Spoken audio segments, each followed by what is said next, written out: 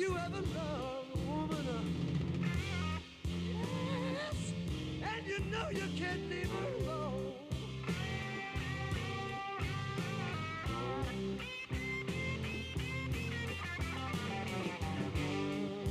Something deep inside of you won't let you rain your best friend.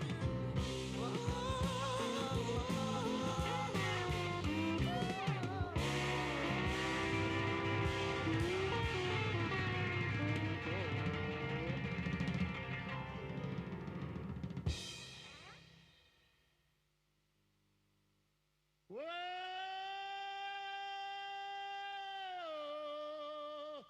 I can't quit you, baby, but I got to put you down a little while.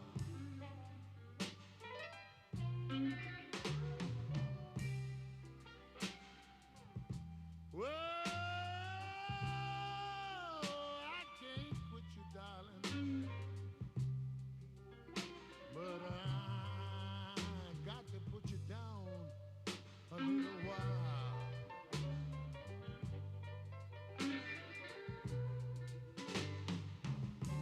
Well, you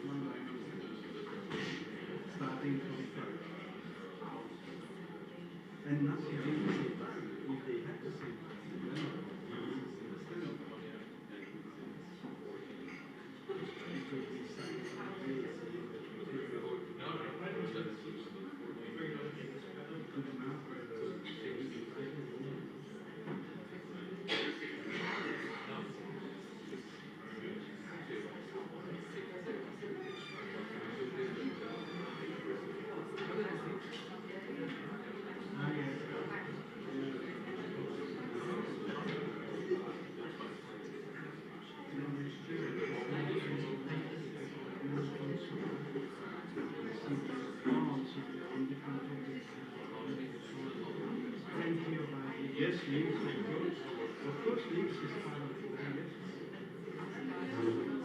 yes,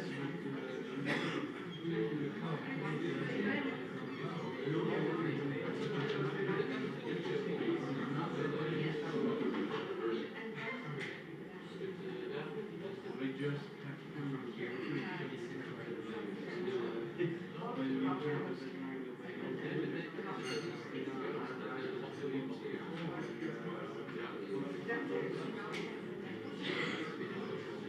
but before there was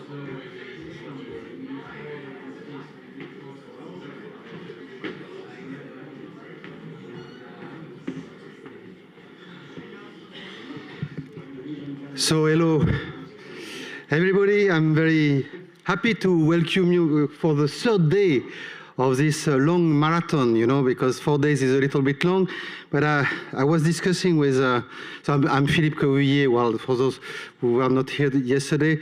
I've been challenged in a way, say, well, it's very long and so on, but I realized that when we are meeting over 3 or 4 days, you are creating stronger links because you see people in a longer duration, and the network is more efficient, I think, because, well, others are choosing to have 4 events per year, you know, every 2 months. But it's big job, and I think I like this kind of big events like this, and we take what we want to take. So today we will be discussing technologies for first and second responders, and the overall session will be moderated by John. I don't know if he's here. He is over there, the moderator, sorry, and I did not see you. Yeah. And who is the rapporteur? The rapporteur, I think, is smoking outside, so you should tell the rapporteur that he will not make a good report if he is still smoking outside. So, yeah, to Tassos. I don't want to denounce, but... So you will have then John moderating. I will pass you the floor after maybe the first intervention. That will be welcomed by DJ Echo, by Teresa. Thank you very much for coming. And then followed by Robert. Robert is here as well.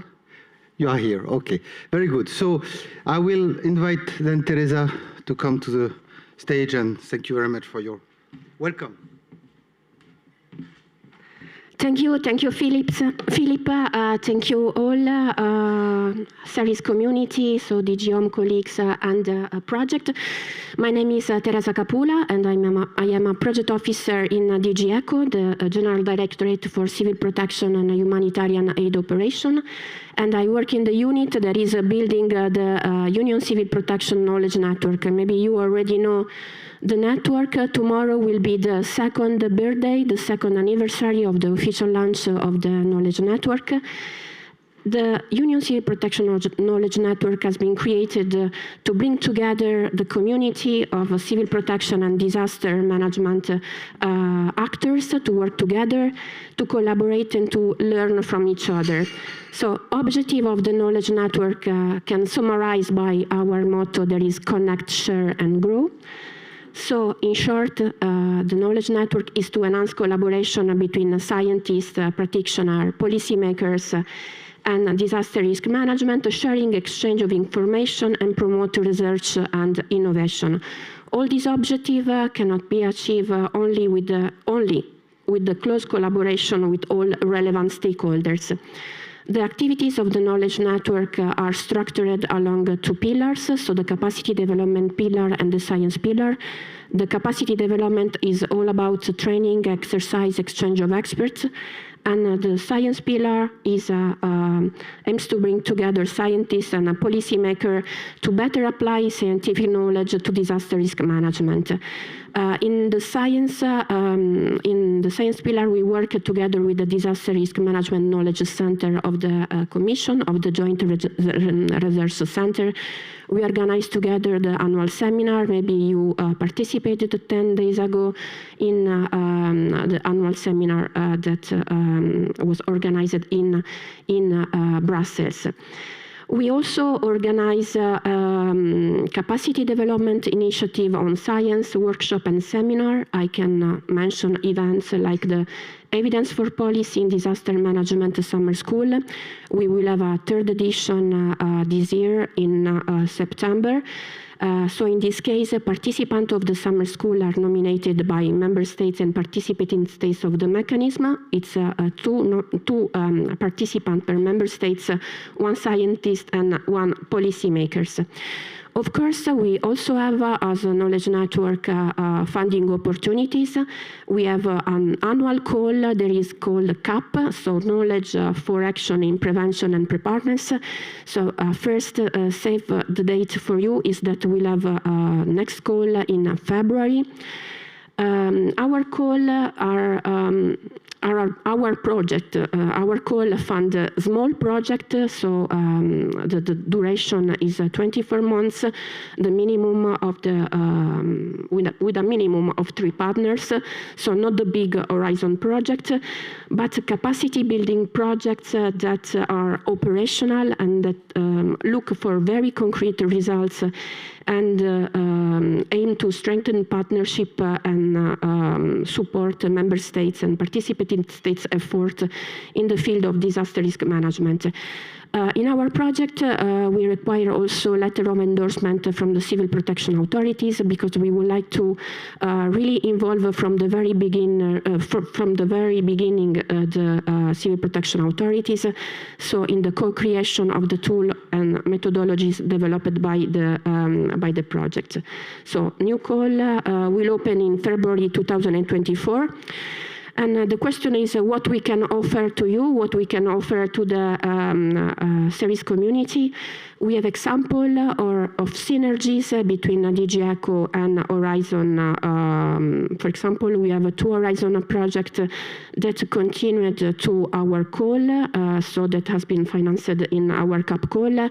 One project continued to the Rescue EU stockpiling grant, and one project is receiving direct support from DG ECHO to promote its activities to national civil protection contact points. To activate these synergies, we can suggest, of course, to learn from our resources. So if you don't know already eco policies, you can have a look at the European Civil Protection Pool, so what we have in our shelf, so the structure of the module. This can be important from the point of view of standardization. You can also be familiar with the disaster resilience goals. So 5 common goals, 5 shared common goals between the European Commission and member states to boost disaster resilience in the areas of civil protection. And for example, the first goal is anticipate. And under this goal, the European Commission, DG ECHO, is developing scenarios. So it can be also useful for you to have a look at the scenarios that we are developing and that can be relevant, for example, in the perspective of the validation of your tools, of the technologies and the approach that you are developing involving first responders. So know the system, know the modules, know our resources, and this can increase your chance of impact. We also have in our platform, the Union Civil Protection platform, we also have online courses. You can also attend the courses on the introduction to the mechanism, just to have an idea also of the operational loop of the mechanism. And I mentioned the platform, the knowledge network platform. that is our main space, our main working tool is a web space that is there to ensure that stakeholders in the field of civil protection and disaster management will find all the information in a single place. It's important to say that the platform is there, is in the legislation, is funded by the European Commission, so it's a space for all. And it's also available for you. What we can offer to you is also to apply to have a space in the Knowledge Network platform. We are no more funding websites in our call because we would like to have all the information also when the project is closed. So really try to keep all the knowledge in a place. So project funded have this web page in the platform. You can also apply to have this project space to disseminate your event by yourself, so upload the deliverable and integrate better with DG ECHO. You can also create in the platform discussion groups and you can also upload your deliverable in the Knowledge Network library. So discussion group and Knowledge Network library are features that will be delivered in the coming months. And all these tools, all these opportunities can also work as a legacy, as a space to host the legacy of concluded projects that can continue exchange through the discussion groups. So in this sense, we can help in try to collect the knowledge because I saw that this was a topic that resonates in less days. You can also share invitation to an event or request our availability, so the availability of DG ECHO from the Knowledge Network team through your policy officer in REA or DG Home. So you can contact them first and I mean, we are a small team, but we can try to listen to your request and in any case try to be an entry point to our DG. I can also recommend to, if you want to know more about our activities, to subscribe to the Knowledge Network newsletter. We are not spamming every day, but we have a quarterly newsletter with all the information about our activities, exercise, and so on. And I also take the opportunity for another save the date. There is an invitation to our invitation to the next edition of the Civil Protection Forum. That will be the 4 and 5 June 2024.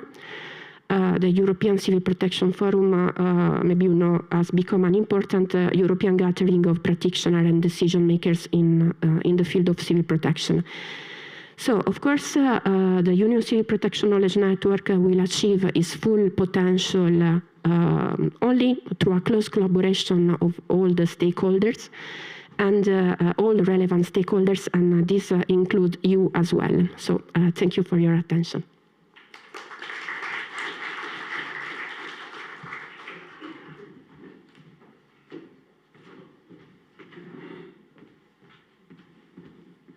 Thank you very much, Teresa, for this very detailed presentation and opportunities that have been given. I would like to also give some advice on the platform because, as Teresa mentioned, it's a very nice legacy, I would say, that we are offering to the project because there are a lot of websites that are developed by project, but when the projects are terminated, the websites are vanishing and we don't find a trace of projects funded 10 years ago anymore after some time. So here, it's, as Teresa mentioned, it's an institutional platform. It will stay. So as soon as you will be providing information, it will stay there, and we can indeed have some very interesting archiving. I would like to say that it's, as she's also mentioned, it's a small team, so please don't directly contact DG ECHO because they will be overwhelmed. Pass through DG Home, pass through us when you are willing to take contact with DG ECHO, and we will give you all the information regarding the application to the platform, how you can submit before you contact them with asking a lot of details because they will be a little bit overwhelmed with this. So I advise you to do that because it's quite an interesting opportunity. Teresa mentioned as well the forum, the UCP, Union Civil Protection Mechanism Forum that will take place on the 4th and 5th of June. And it will be back to back to the CERIS event that will be planned on the 5, 6, 7 of June. So we will ensure that we have on one day, which will be common to the UCP forum and CERIS, to ensure that projects which are selected and relevant will be participating to the forum and to the CERIS. Am I correct, Teresa? So thank you very much with this. And I would like to just say, like I said yesterday, that there is, I would say, a study which is going on scenarios, existing scenarios, and scenarios that might occur regarding disasters. And I would like to make a call to projects which are working on scenarios, either for demonstration of existing scenarios or developing new scenarios, to contact me if you have indeed some information from your project, because we will be collecting and compiling this information for DG ECHO and send that, there is a consultation which is ongoing so that we are helping DG ECHO to complement their information on scenarios. And with this, I would like to invite Robert Heinecke to make a presentation, and then I will give the floor to John that will take over. I would like also to say that John will take over also the panel, the first panel, because Dennis Davis has unfortunately fell down of 3 meters. Well, he's okay, but he has broken a rib, and and I told him he wanted to come. I said, no, don't, you stay home. Smooth, This is a problem of the firefighters, and they think that they are immortal and that even broken in all pieces they can come. But he's 70 years old, so I say, well, cool down. So it will be replaced by John. Thank you.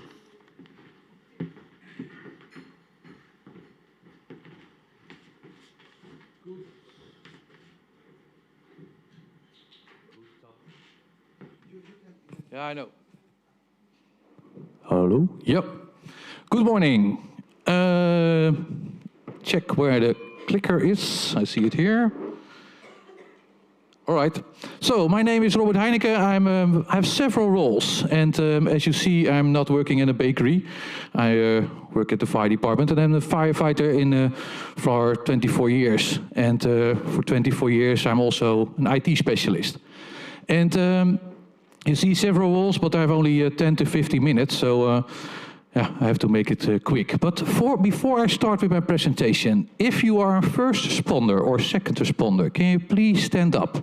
If you're a first or second responder, please stand up. So please look around and you see that there are not that much of first or second responders here. So before I continue, please give them a warm applause, because they are the persons, they are the people that be there always when we are in need. So I think it's important. That's also where today is where we are going to talk about. And I do a lot of EU projects. I'm always involved in several EU projects. And for me, an EU project is to get more efficiency, more effective, and more safety for me and my colleagues. My colleagues not only in Europe, but in the world, because we have to share it with everyone. Every colleague in the world is a colleague of a first responder. We are all together. So for me, that's one of the things why I join EU projects, why I enjoying EU projects and say, yeah, this is what I want to do. This is what I want to do, and to bring something. And yes, we have a lot of goals. And yes, we try to do more efficient with SOPs and everything what we do. We learn, we study, and that's what we do the whole day. But SOPs are procedures. Go with your mouse pointer to the right corner, top corner of your screen. But that's not how it works. Every incident is different. So SOPs are nice, but it is not, yeah, let's say, a rule. It's a way of living, and we can use it. But yeah, for me in 2017, something big. There were 2 big incidents in 2017, in July and in August. And in 2 refineries, and in first refinery there was a total blackout. I missed a complete overview about the situation, and I was there, and it was a little bit, it was exciting as a first responder, but it was not good. It was a very big incident. A very big refinery in the Rotterdam Harbor, that's the area where I work, was total blackout. And you can imagine that is a big thing. It's a very big thing. And 1 month later, there was a furnace fire. And on that furnace fire, you can't cook eggs. We cook oil. And there was a big incident. 50 square kilometers was under the soot. All the Dutch cows, black, white cows, were black. So imagine, that was for me a very big incident. And in that time, we were busy with a project, Trader. And we saw that Trader was busy with robots and with drones. And that was for us, we need something. We need more information, and we want to use new technology for fighting incidents, about using the drones and the robots. And then we started with a drone team, and we started to have more information for the first responders. By example, last Sunday, there was fireworks in the attic in a house in the Netherlands, and the house was on fire. And later on, we understood for the police to go away there. There's a lot of fireworks. And we used technology, an indoor drone, to do some reconnaissance, by example. So what do we do? In that time, we see that the world is changing rapidly, constantly. Everything is changing, too dangerous, too complex, too big, too intense, too dirty. That's the world. Bigger warehouses, energy transition, and electrical cars, and more and more and more. The world is changing, so we need more use of technology, more use of making safer and efficient and effective for first responders. So for the Netherlands, we set up Team Digital Exploration. And I will go to the animation. I look at the technical guys because they will switch. Oh, sorry, 1 sec. In Assistance Project, we already also did, or did you remove it? I don't know. Yeah. We live in a changing world. Incidents are getting tougher, more dangerous, and more complex. We're finding ourselves having to deal with larger warehouses and taller buildings in our work, for instance. The energy transition means there is an increasing number of ammonia and hydrogen plants too, and more electric cars, which are left parked in ever bigger car parks. Getting an overview of the situation as swiftly as possible is imperative. Team Digital Exploration, TDE, will help you in that regard. We use drones, robots, and smart measuring equipment to provide optimal insight. For example, we can send our reconnaissance robots into a warehouse that contains hazardous substances and use a drone to provide a 360-degree survey of the situation. In the event of an incident at height, we will show you how effective your operation is, and we will deploy our underwater drone if there is a person missing in the water. TDE will ensure that an operation is safer, more effective, and more efficient in such scenarios as risk of structural collapse, wildfires and industrial fires, water-related incidents, and incidents involving hazardous substances. Technology is making working conditions safer and minimizing damage. How do you get the nearest TDE at an incident? Ask the dispatch for TDE or TDE's nationwide advisor, NA-TDE. Keen to find out more?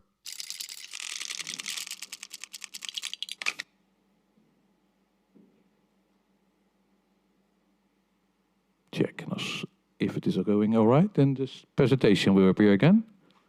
Yeah, so we will continue doing EU projects, and we use the input of the Trader project, and that was for us an inspiration to say, okay, we want to make next steps, and we joined the Assistance Project. And the Assistance Project, that also, we see that first responders were there, and you see that always a struggle between first responders and projects, because first responders have a different language. I will come to that later. We use the HAZMAT tool, and we integrated in our system. So the results of projects we are using in real life saving people. And we saw also a user and social interaction with technology. That's a very big issue. You saw it in the latest call text also. How do you involve people? How do you train them with new technology? How do you do that? And we saw that the remote command and control system is used. Interesting and important to use, because else you can't fix it. So now we started with Synergize, and Synergize is also here. People search Synergize are here, and luckily the coordination is done by a first responder, THW. Tina, thank you for doing that.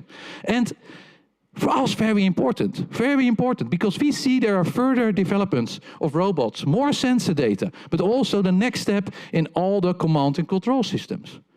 Because you can get all the type of information, but how do you do it? Now, we were invited for the Ingenious and for the Engage project and see there also and try to use those results. But what we see is that you get a lot of data, and how do you fix it? How do you fix it that you get the right information at the right moment, in the right proportions, and in the right way? So, by example, in Ingenious, we saw that there is an augmented reality world with HoloLenses. Interesting, but can we operationalize it? Can we use it in the field? Let's think about it. Let's be creative. We saw in Engage that there is a database of all type of scenarios, what is done. Scenarios are procedures or ideas how they fight incidents in the past. Interesting. Maybe we can also integrate it. And that's what we do. But how do we prevent the information overload? And I think technology can do a lot. More and more and more and more. But information overload is a very big thing. And most of the time we forget it because we see all the nice robots walking around and getting information. So we created this decision support, and we use it now for the new. It's just submitted. We call a safeguard in a proposal to use it. It's already there, and then extend it. Use it for us, because what we see, you can build every system that you like, but first responders have their own system already. How do you integrate it? How do you explain that you have to use my system? Okay, a little bit of explanation. Let's say that the roof on there is on fire. And somebody's hanging on the roof. And they say, help, help, help. Wait, I have to check my tablet. I have to switch my app. It's not possible. You can't do that. You have to help the person over there. So be aware that it is integratable with the systems that are already there. It's important for us as first responders, else you can't use it.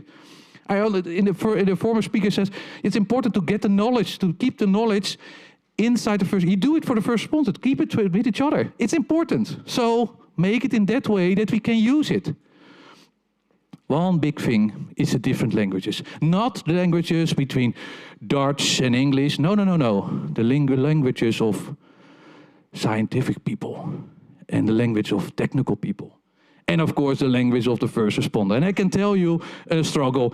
In a lot of projects and proposals, I see there's always a struggle. And sometimes people avoid it to say at the end, oh, yeah, in the context it says 3 first responders. Let's call them 1 day before the end of the closure date. That's not very handy. I think you are busy doing something for us as first responders. So maybe you have to involve us at the first time. It's handy and very important to use the first responders from the first moment. Before you write the proposal, invite them and try to listen to each other. And try to be there and to help us together, technical, scientific and first responders, to save lives. Thank you.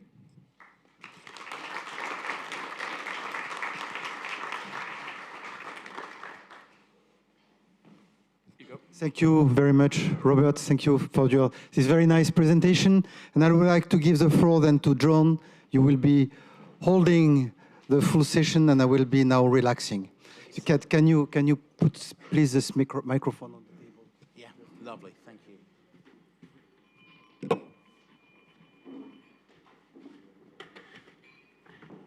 Good morning, everybody. How are we? Good. Good. I've got to try and follow on from Robert, because Robert was very assertive and very engaging, and he lifted the energy. Thank you, Robert. We've got to try and keep that energy in the room, haven't we? Or it's going to be a hard day for us.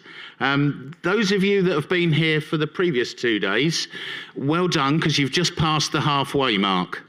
So this morning we just have another day, and then tomorrow's session on standardisation. So congratulations on that. I've got the pleasure of hosting an all-star cast today. We have Eleftherios, who last night sang on this very stage, apparently. Some of you heard him? Remarkable. Well done. Thank you.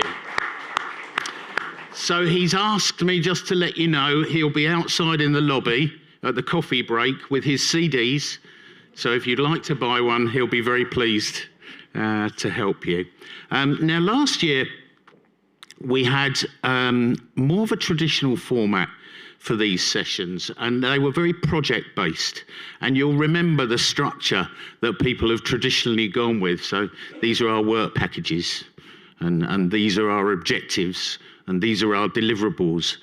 And after the 18th project of telling you that, it got a little bit wearing, didn't it? Just a little bit. So this year, it started last year, it's far more thematic in nature. So we're asking all of the panels to present themes. Now today, I'm really pleased to say that this has been taken on and taken to heart. So if I just run through the structure of our 5 panels today, hopefully it will give you a frame to understand the story that's being told as the day goes on. So we start off with consolidating on past projects. We'll talk a bit about networking, and that's a panel that I'll be inviting up here in just a minute. Then we go on to look at research gaps and technology gaps for responders. Tassos will be joining us up here and running a very good panel on that. Then we go on to the tools and technologies, particularly for monitoring, surveillance and rescue. And Christian Rech, is he here yet? Christian? No, hopefully he'll be joining us later. We'll be chairing a panel on that just before lunchtime. And then we go into validating technologies, and Tina will be chairing a panel on that. So we go into validation. And finally, Eleftherios, our master voice, will be chairing a panel all about medical emergency and medical first responders. So we'll have a very practical application and a context to understand the day. So we start off looking at the past, we then look at the gaps going forward, we then look at some of the technologies that are emerging, then we talk about how do you validate those technologies, and then we end the day with some practical applications in a medical context. Now that, to me, is a very highly structured and good way to approach this whole subject. A little bit about me, and then you're going to hear too much of me, unfortunately, in this next hour.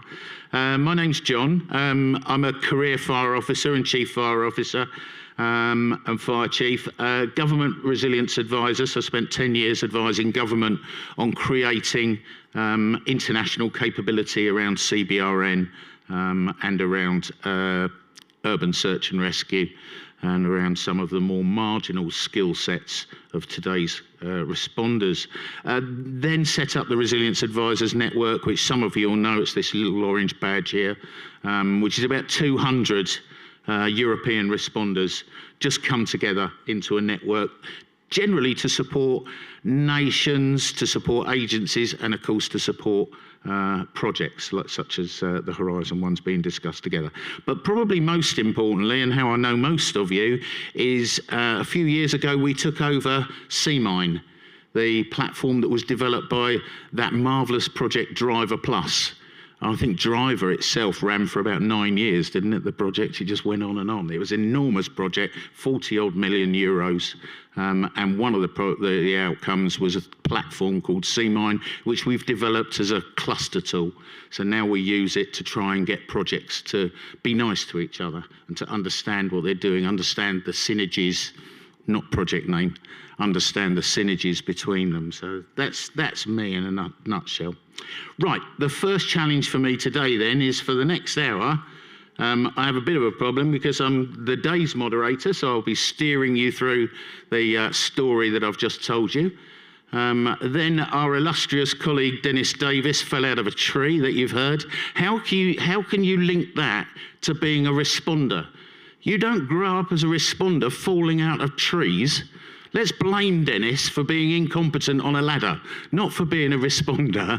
So unfortunately, I'm stepping in for Dennis as the panel moderator for this next panel, and I'm also a panel member on it. So I'm going to be running a little bit of a balancing act here. Nonetheless, I've got some very, very helpful people to take us on this journey. So I'm going to invite the panel up here. Michelle, Olivier, Martin, if you'd like to come and join me. Everyone's heard enough of me, it's your turn.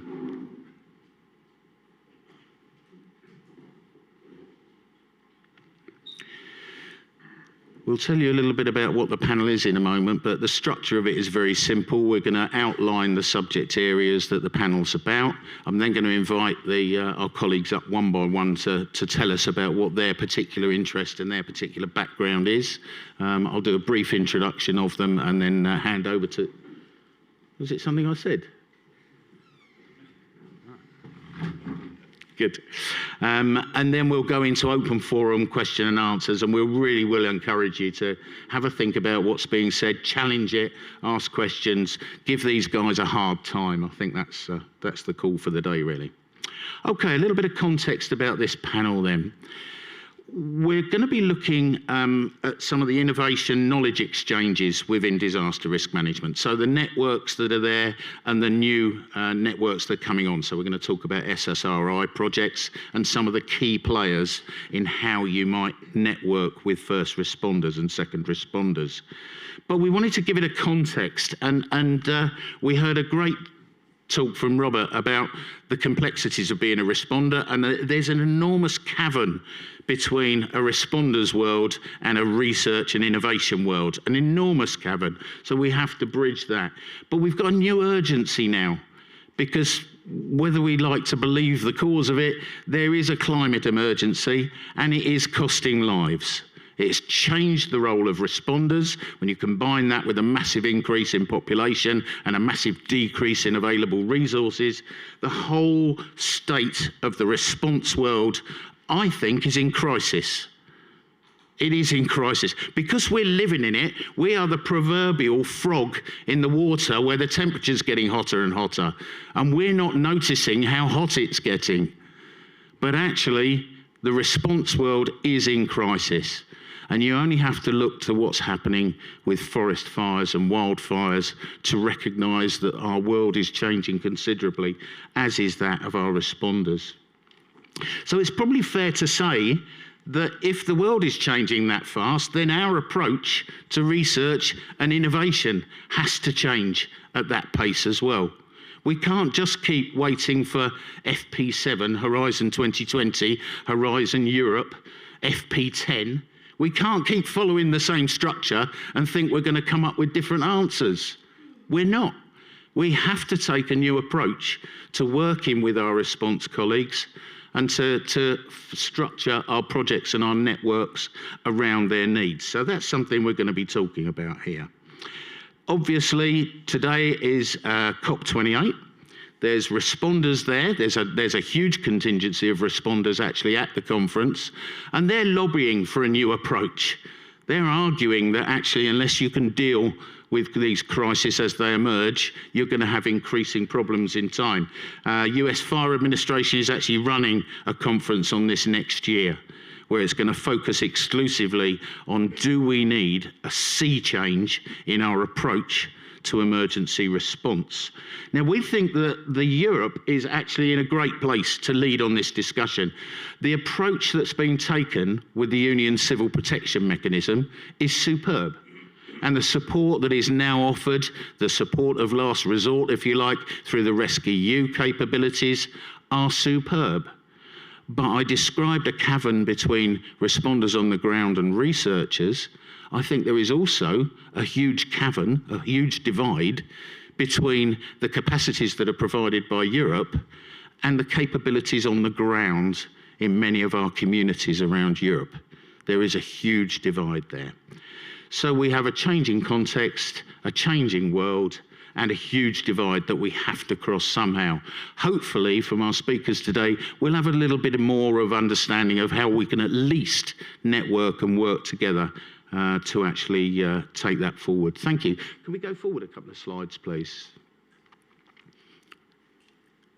Oh, look, that would have been a good one to have up, wouldn't it? And the next one, thank you. Oh, have I got the clicker here? I've got a face coming from the back saying, do it yourself. Yeah, all right. There you go, that's excellent.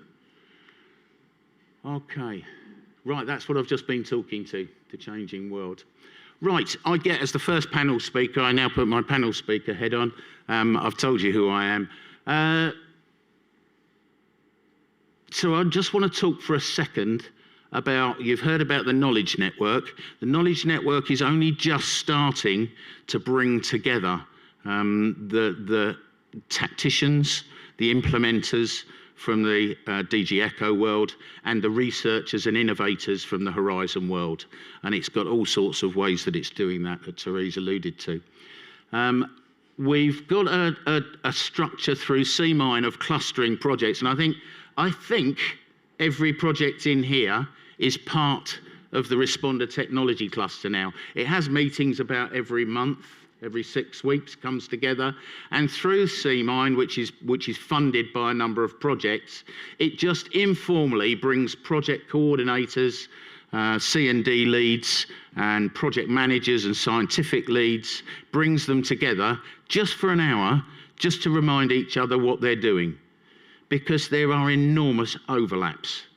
There just are, and you're going to hear many of them today. When we talk about gap analysis, I'm aware of at least 4 projects that are currently doing analysis of responder technology gaps. At least 4. Luckily, I think we've got one that's floating to the top now through the AFAFRI link through Synergise. So that will be enormously helpful, that we can all look to one of those projects to actually lead us and take us through that. But nonetheless, there are another 3 projects, to my knowledge, that are trying to do the same thing. Well, that's just nonsense, isn't it? So let's just get all these projects together. Also provides additional dissemination and communication opportunities when we come together. And those of you that were at the SRE event last month, October, saw a lot of booth sharing.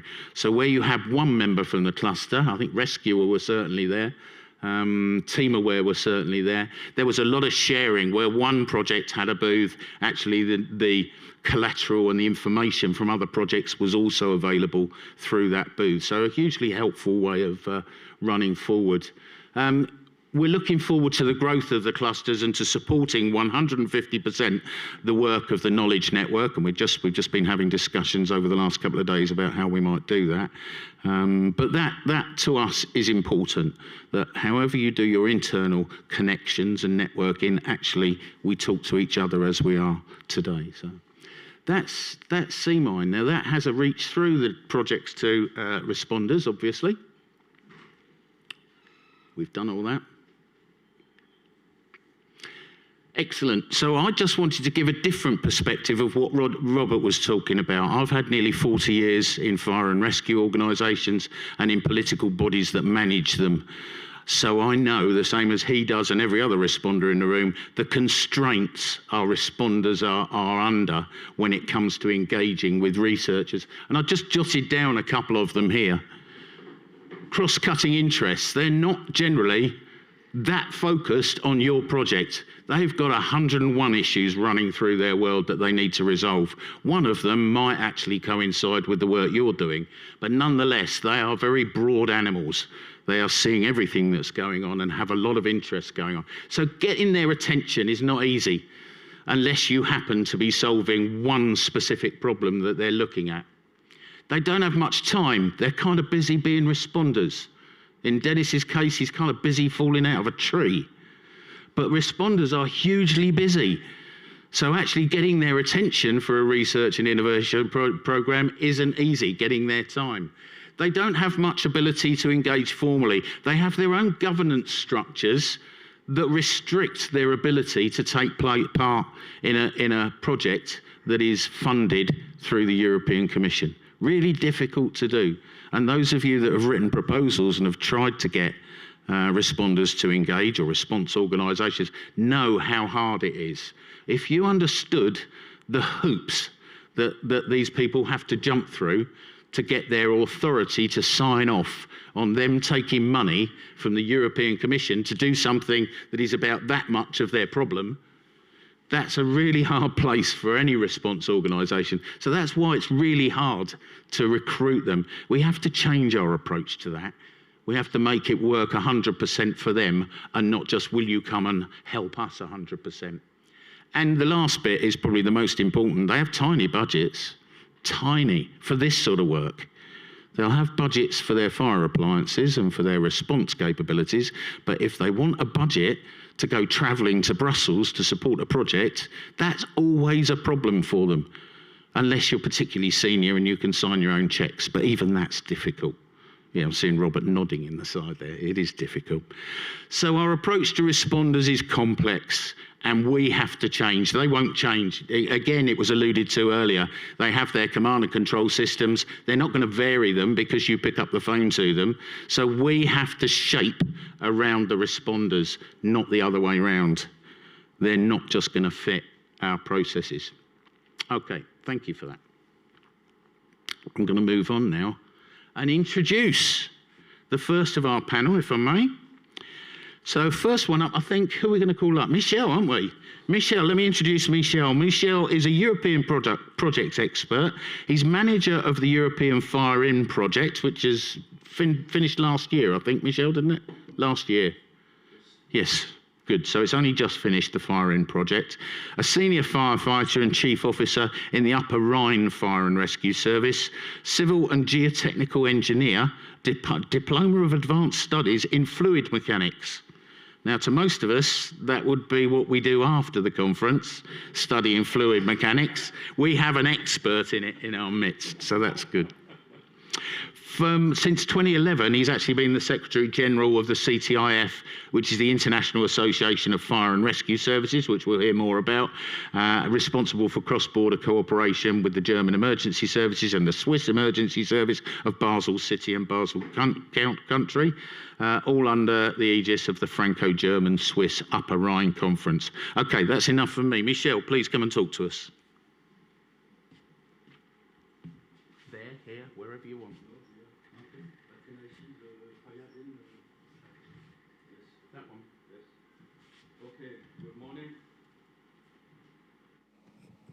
You hear me? Ah, yes, no. Thank you. Good morning, all. Yeah, thanks to my colleague who made a very beautiful presentation about first responders, and it was, yes, it's a reality. What I want to explain this morning is that in this short time is the project Fire-In, you can read it, was to improve the national European capability development process. We understood, and it was one of the objectives, to break the wall between first responders, academics, research, and technology providers. And for that, we hope and we wanted to bridge the gaps, to find the best solution, or if we don't have all solution, to explain that we need to cooperate and to discuss before technology providers or searchers decide to begin with the process.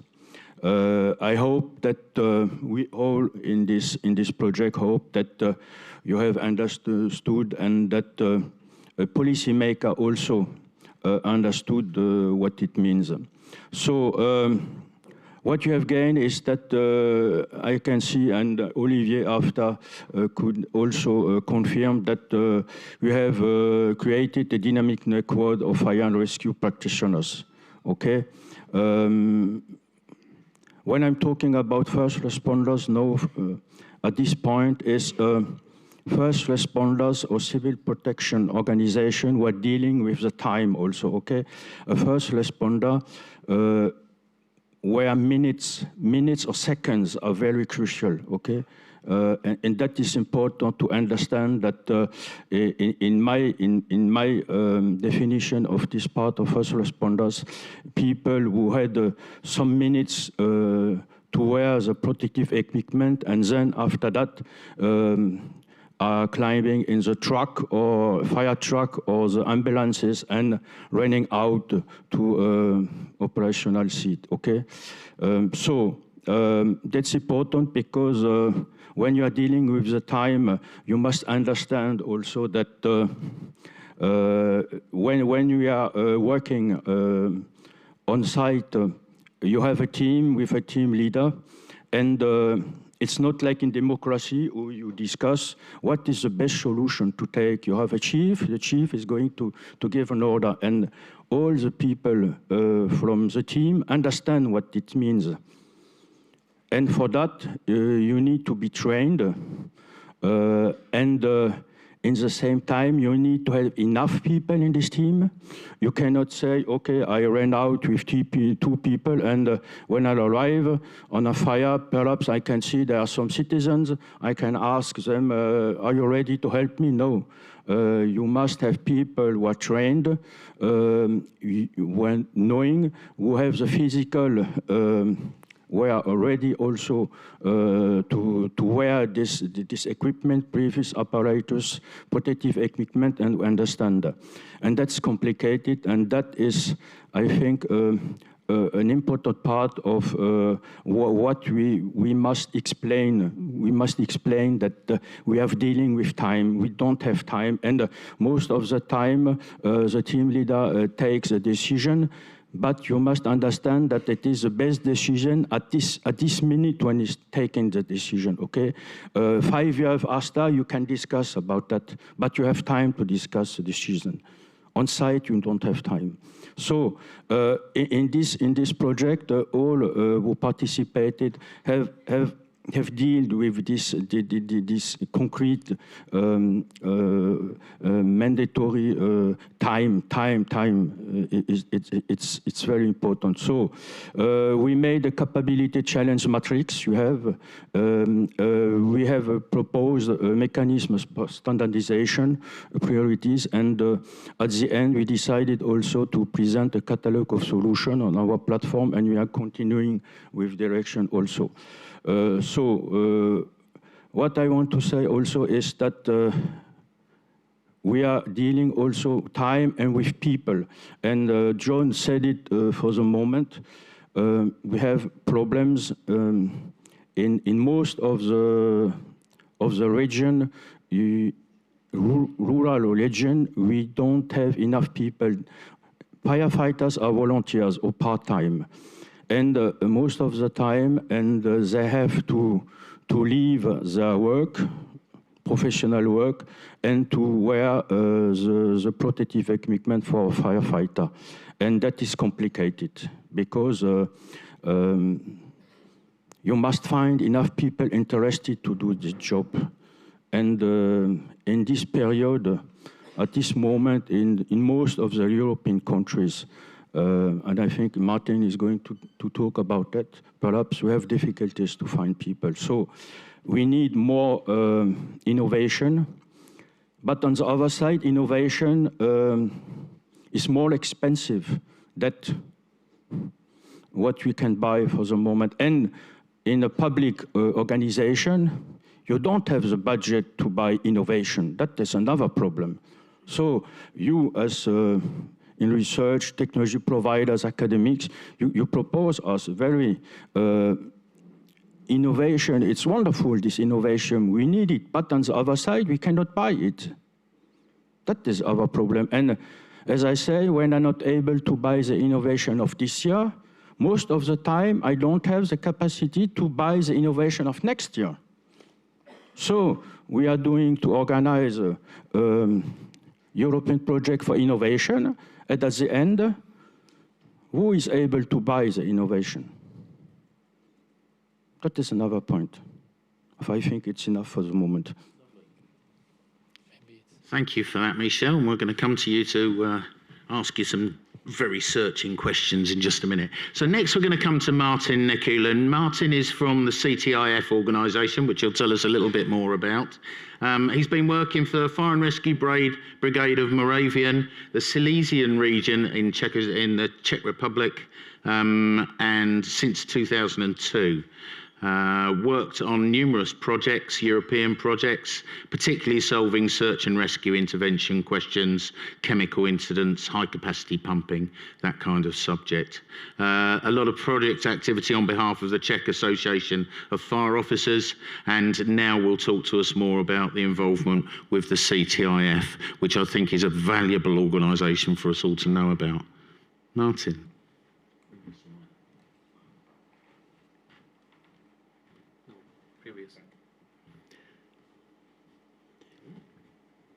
Good morning, John. Good morning, everybody.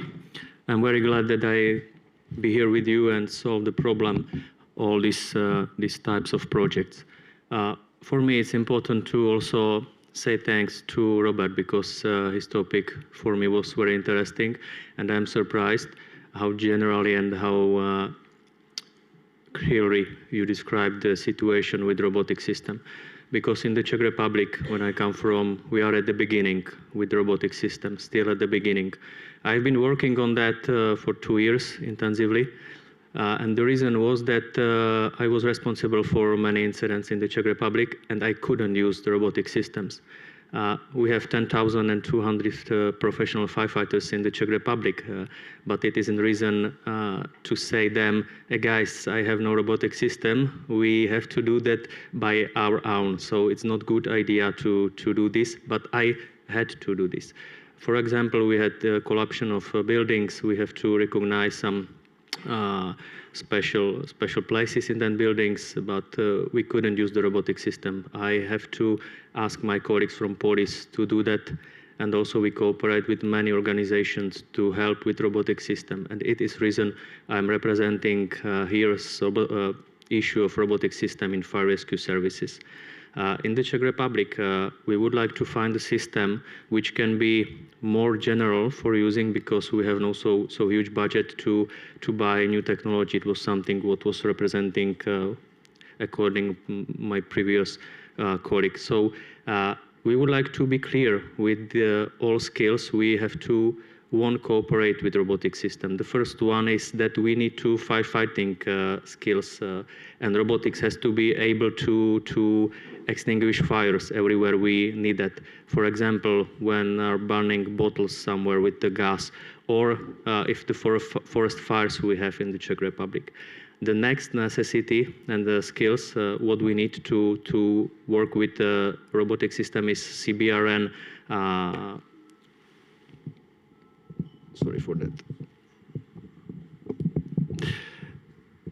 Is detection of CBRN and the other possibility to take in samples to the other recognized in the laboratory.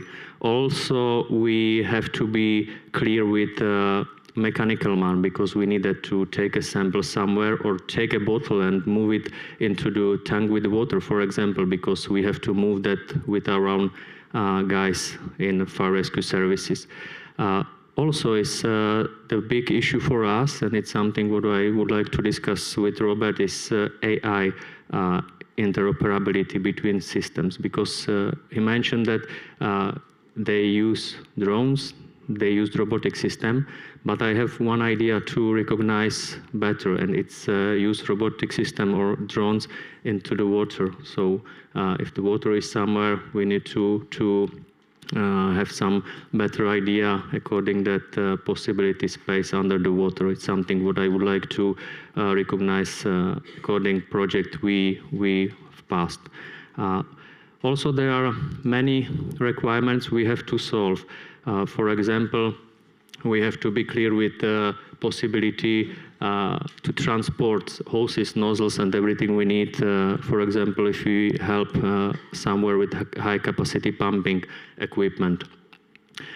What is the problem for us, and I had an idea how to solve that, is transmission of data transmission. We oftentimes, according to the testing of new robotic system with the company, we would like to bring some new ideas, is that we oftentimes fallen down with transmission. We lost coordination of robotic system, and he was lost somewhere in concrete buildings, somewhere in field, and it was not pleasure for us to understand why new technology can bring some new idea to be better in transmission and data transfer between the robotic system and controller, remote controller of end user. And it's something what we have to be better in that, because we have to trust the robotic system. We have to trust that the robotic system give us then a real opportunity to see what is at the scene, what can we see at the place of deployment. Sometimes we need to pull or push some obstacles, for example, cars or concrete parts of buildings. It's something what bring us to the skill for robotic system. If it should be big or small piece of robotic system, and I think that it's not possible to have only one robotic system and solve all issues we have to do. It's something what I would like to provide and bring to a new idea and find some solution according help with the colleagues in other countries which use this robotic system, I think, on daily basis. For example, I was in Paris, there have, I think, 6 pieces of robotic system, and they use there everywhere they can. So it's something what we have to be in connection and learn something from our colleagues. And I think that this is place I can be more optimistic to bring some new technology and be better with cooperation with companies who are responsible for that. What is my idea? My idea is that I divided all these tasks into brain box, into the 4 parts. The first part is what we need. We need some autonomous system we can use in the air, on land, and in the water. The second one is a gap or gaps. We need to have quality of signal range for control or data transmission outside, but inside too. And there is a new gap because we know that legislation is not simple in every country we use the robotic system. So it's something of what I would like to have, and at the one brain box to legislation which is necessary to understand in countries where they use robotic systems, according that using with drones, with robotic system and coordination of signal range. But we have to have also some idea for research. And for research, for me, it's a coordination platform for controlling robots and the seed and intervention, because I know that there is some difficulties. Oftentimes, I met robotic system in field, and we try to find the best one. And last one is experience, because we have to start with manual control in this time, but I know that AI is increasing in all technology areas, so I would like to be focused on that, to be prepared for IE implemented into possibility work with robotic system, because if robotic system is somewhere, we know that we have to be clear with operator. But sometimes I would like to have some idea to understand better in the field and have some feedback from the robotic system, because sometimes if we are thinking according to the future, we have to look also into the new technology and understanding. Now we have 3 big issues in the Czech Republic. Robotic system is something what we need, but what we have to solve daily today is burning of photovoltaic system or electric cars, and I think that it's something what is common in other countries also. So I think that it's something what we can discuss and what we can bring as a new idea to experience and research and gaps and needs according to robotic systems. From my side, thank you for that.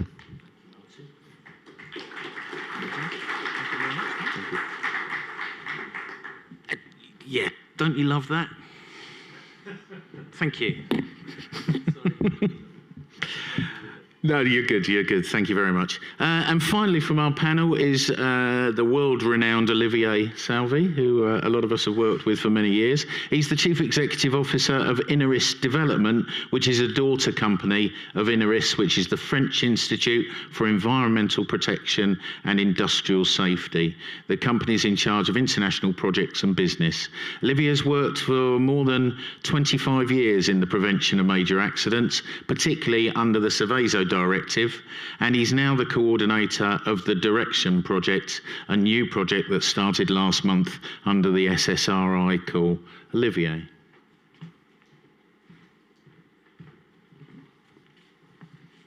Thank you, John. So I try to adjust a little bit. Yes.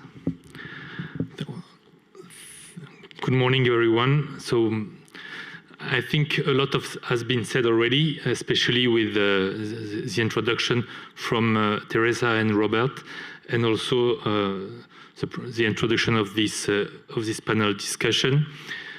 We have a lot of challenge in front of us with the climate change. As it was said, it intensifies the natural disaster. It intensifies also the development of new technology, of new energy system, as it was illustrated in the video, where we will have more hazardous material coming closer to the people. So we have in front of us a lot of challenges that need that the capacity of the responder should increase. And we have had many projects supported by the European Commission in the field of disaster resilience, developing a disaster resilient society. We have a lot of projects, and we decided to create a new one, which is called Direction, which is a network in the field of disaster resilience. And we thought this project a little bit differently than previous network or previous initiative. What we wanted to do is to take the best legacy from previous projects, like the project Driver Plus and the C-Mine platform, also the old legacy of Fire-In project, Fire-In Network Innovation, Fire and Rescue Innovation Network, that was one of these practitioner project that lasted 5.5 years, and that bring together really a lot of responders who didn't hear about research. They came to this project and they discover that there are a lot of other people working on solutions that they could use in the future to reinforce their capacity. And we have also decided this time to put in the center of our consortium, of our initiative, the responders, so the CTIF, so the International Association of Firefighters, the FEU, so the Fire Officer Association at European level. They are working with their partner and we have also on board the Czech Republic Firefighter Association and the Slovenian Firefighter Association. We have also a school like the School of Firefighter in Portugal, so ENB, and the Austrian Red Cross. These are our responders who we invited in this project, and we developed, we took also or renowned organizations like Fraunhofer, TNO, Kemea, who were involved in many projects for many years in trying to develop some approach to be able to develop solutions that fit the need of firefighter. So what did we decide to do? We decided to continue the work carried out in Fire-In, especially to identify the needs of the responders. For us, it's really important to have a research which is driven by the needs expressed by the responder. And so we took a lot of time during Fire-In project to organize workshops, to identify the needs and so on. But this time in Direction, we want to reinforce the validity of the expression of the needs, to have more endorsement from the firefighter about the needs which are described and expressed. So for us, it is really important, and that's the reason why we decided to work directly with CTIF, FEU, and that they mobilize, they use that network to review all the work of the consortium and decide, yes, these are the needs we want to address. Second, once we have the need, we need to develop solutions, and many projects are delivering a lot of interesting solutions. We want to check the utility, the robustness, the performance of this solution. And we want to have tests that are carried out by firefighters themselves, so that the solutions are assessed by the firefighters. And you have understood also that if we want to improve or to promote the technology uptake, we need also to develop innovation culture among the firefighters. We have a lot of volunteers among the firefighters. We have also the professionals.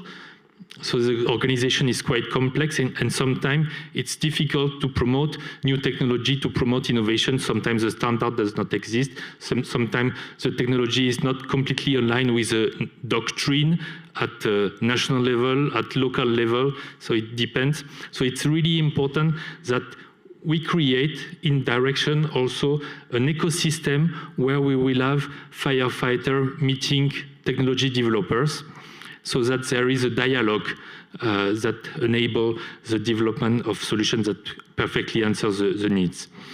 And of course, in this project, we will work on to overcome some of the barriers that have been mentioned, like the cost of innovation. And you understand, if you put together technology developers with firefighters from all Europe, having different perspective, different challenge, different doctrine, different vision, at the end the product that will come out is ready for the European market, the global market.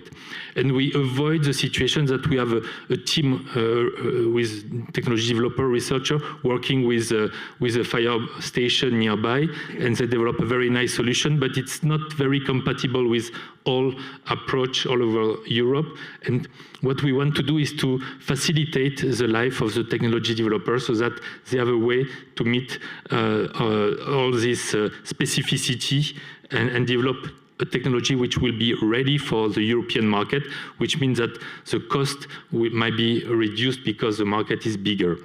So there are a lot of ideas to create this innovation culture in direction, but I will keep for more later. Thank you, Olivier. Right, that's the end of your passive involvement. Now we're going to focus in on one particular theme that we've spoken about. We've got about 15 minutes, and my role is to keep us on time so you get your coffee and your meals on time. So we'll press through, but we're going to focus on one particular point that actually Robert started us off on this morning. We're going to go to the panel members, but then I want you to chip in. So we did have 3 questions prepared. We're going to focus on the first one, because I think it's the most important one, and it's the way we've been led with this panel. So we're going to encourage you to join in with your opinions after we've heard from the panel, if that's okay. So the question is, practitioners are often invited to participate in projects, but can often feel that their needs are secondary. Is that right? And if so, how can we improve it? Is there a better way of doing it? What are the barriers? We've spoken about some of them, so we're after ideas of how do we engage better with the practitioner groups. I'm going to start off with Olivier, if that's all right. Yes, so I think this has been the case, what you mentioned in the question, that sometimes the practitioner or the firefighter are invited, but they have difficulty to engage more than a small group in the project. And in the direction project, what we would like to try to do, is really to use the relay of CTIF and FAU so that we have a larger involvement of the responder in the activity carried out at European level with innovation. So we're focusing on robots, for instance, will be really an important topic. Try to have more interaction between developers of robots and users. We have also the question of new energies, especially also in cars, because a lot of activity of the firefighter is also to intervene during traffic road accidents. So there are many topics where we really want to put the responder in the center of the discussion.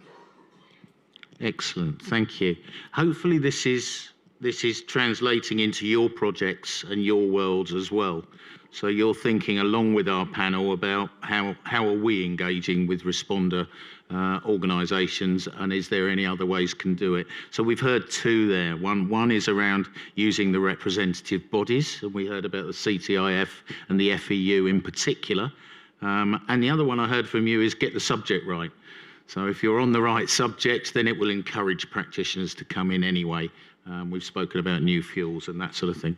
Lovely. Michel, please. Yes, I would say that at first I believe in Europe. I want to say it. And when I say that, also to confirm that during our project Fire In, we have discussed with many firefighters. We had a booth on Interschutz event last year, the international exhibition in Germany, Hanover. And all have the same, we have the same language. And we are sure that to face the new period, the new years arriving now with the climate change, we are not able in one country to face all these new threats, risks, and we must work together. That was, most of them have expressed in our own language that you have to work together. And with the European mechanism, with this CERIS community, I found it's wonderful to be able to work together. We understand, and one of the problems is that, you know, all what is discussed, all what you are doing, academic search, and the technology providers, most of the time, when I talk about firefighters, in the bottom, nobody knows that. Nobody had any information about that. That is crazy. That is crazy that all what you're doing, this very important work together, nobody has an information about that. And each in his fire station is thinking about a problem to find a solution, and perhaps a solution exists, but nobody knows it. And that is complicated, and that is crazy in our world, in interconnected world. And we have to work about that firefighters understand. Yes, it's clear we have the barrier of the language, but no, we have translators on internet, we can do it. But they must know that there is an information. They must find the way how to find the way to find the information. Okay, and that is important. That I understand that in Europe we all work together to find solution. That's important, I think, and we must find a solution for that. Excellent, thank you, thank you. So better ways of working together, encourage more joined up working, and again, the same thing about solution focus, look at what it's going to deliver for the responders.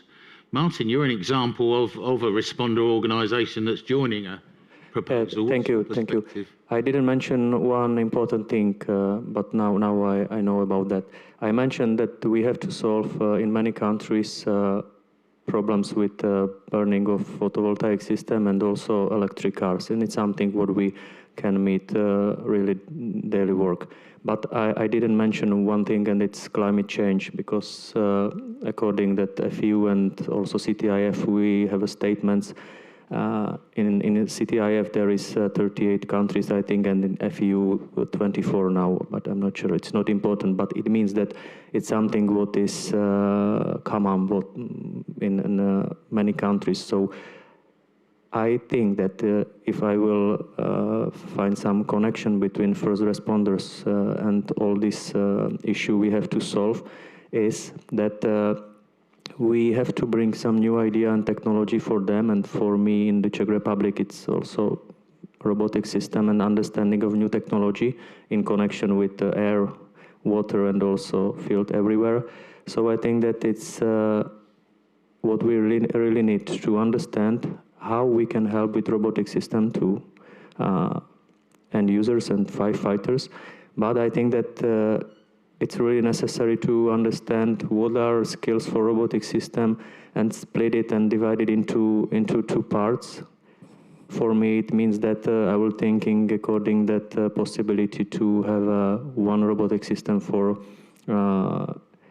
cooperation with AI, and also possibility to do the detection and all these simple things, and on the other side have some hard system for pulling, pushing, and burning fires in according forest fire. So it's something what I think is important in connection with end users, and be more focused on possibility to bring system to help them and bring some new information according all these projects we can solve. Because I don't think so that there are no projects which solve this area or this new technology, but they didn't focus on one idea to bring new information for all countries, because many countries are in high level of using of the robotic system. But what I think and in common problem is that we have to share the information, share the knowledge, and it can bring some new idea and be cheaper in all solving of these problems, and not be so focused on new budgets for projects, but share information according these projects we know about them. Thank you. Excellent. Thank you, Martin. Just to make a bridge again into what we heard earlier from Teresa, the knowledge network and the ECHO projects tend to be further to the right on the TRL level. They tend to be building new capability, whereas Horizon tends to be further to the left. It's looking at innovation and it's looking at the lower TRLs. So there is a real imperative here that we join up projects like CERIS, I'm looking straight at him now, that actually is focused exclusively on drone technology. That's what it's focused on, and about the deployment and the implementation of drone technology. But we don't have a natural place where we talk between the DRS projects and the knowledge network projects. That doesn't tend to happen naturally. So I think we're all committed to making that happen so we get the most out of each other. I'm going to add one last one quickly from me, and then I'm going to ask for a couple of ideas from the floor. To me, the actual structure of the proposal process is not ideal for this subject. How many of you have had emails in the last, say, 2 months of proposal writing saying we need another 2 practitioner organisations? Yeah, it happens. If you're a practitioner organisation, it's great because you get inundated. But it happens, thank you, it happens at the end so often or too late. Wouldn't it be lovely if we had a proposal process that forced us to take the issues from the responders first, from the practitioners, and build our proposals around the needs of the practitioners, not the other way around. Let's build a proposal and then invite some practitioners. That's just an observation from me. Right, who wants to contribute? I'm going to limit you to 1 minute each on these, because we've only got 5 minutes to go. Steve first, then Philip. I will continue the theme you've just said there. Sorry. Can you hear me? Yeah. I'll continue the theme. My name's Steve Gadsden, Fire Service. You mentioned about identifying the right gaps. I quite often see technology innovation come up with, and then a gap is sought for it. Yeah. Whereas, start with the gaps, and then look for the innovation to reduce the limitations of whatever it is that you're trying to do there.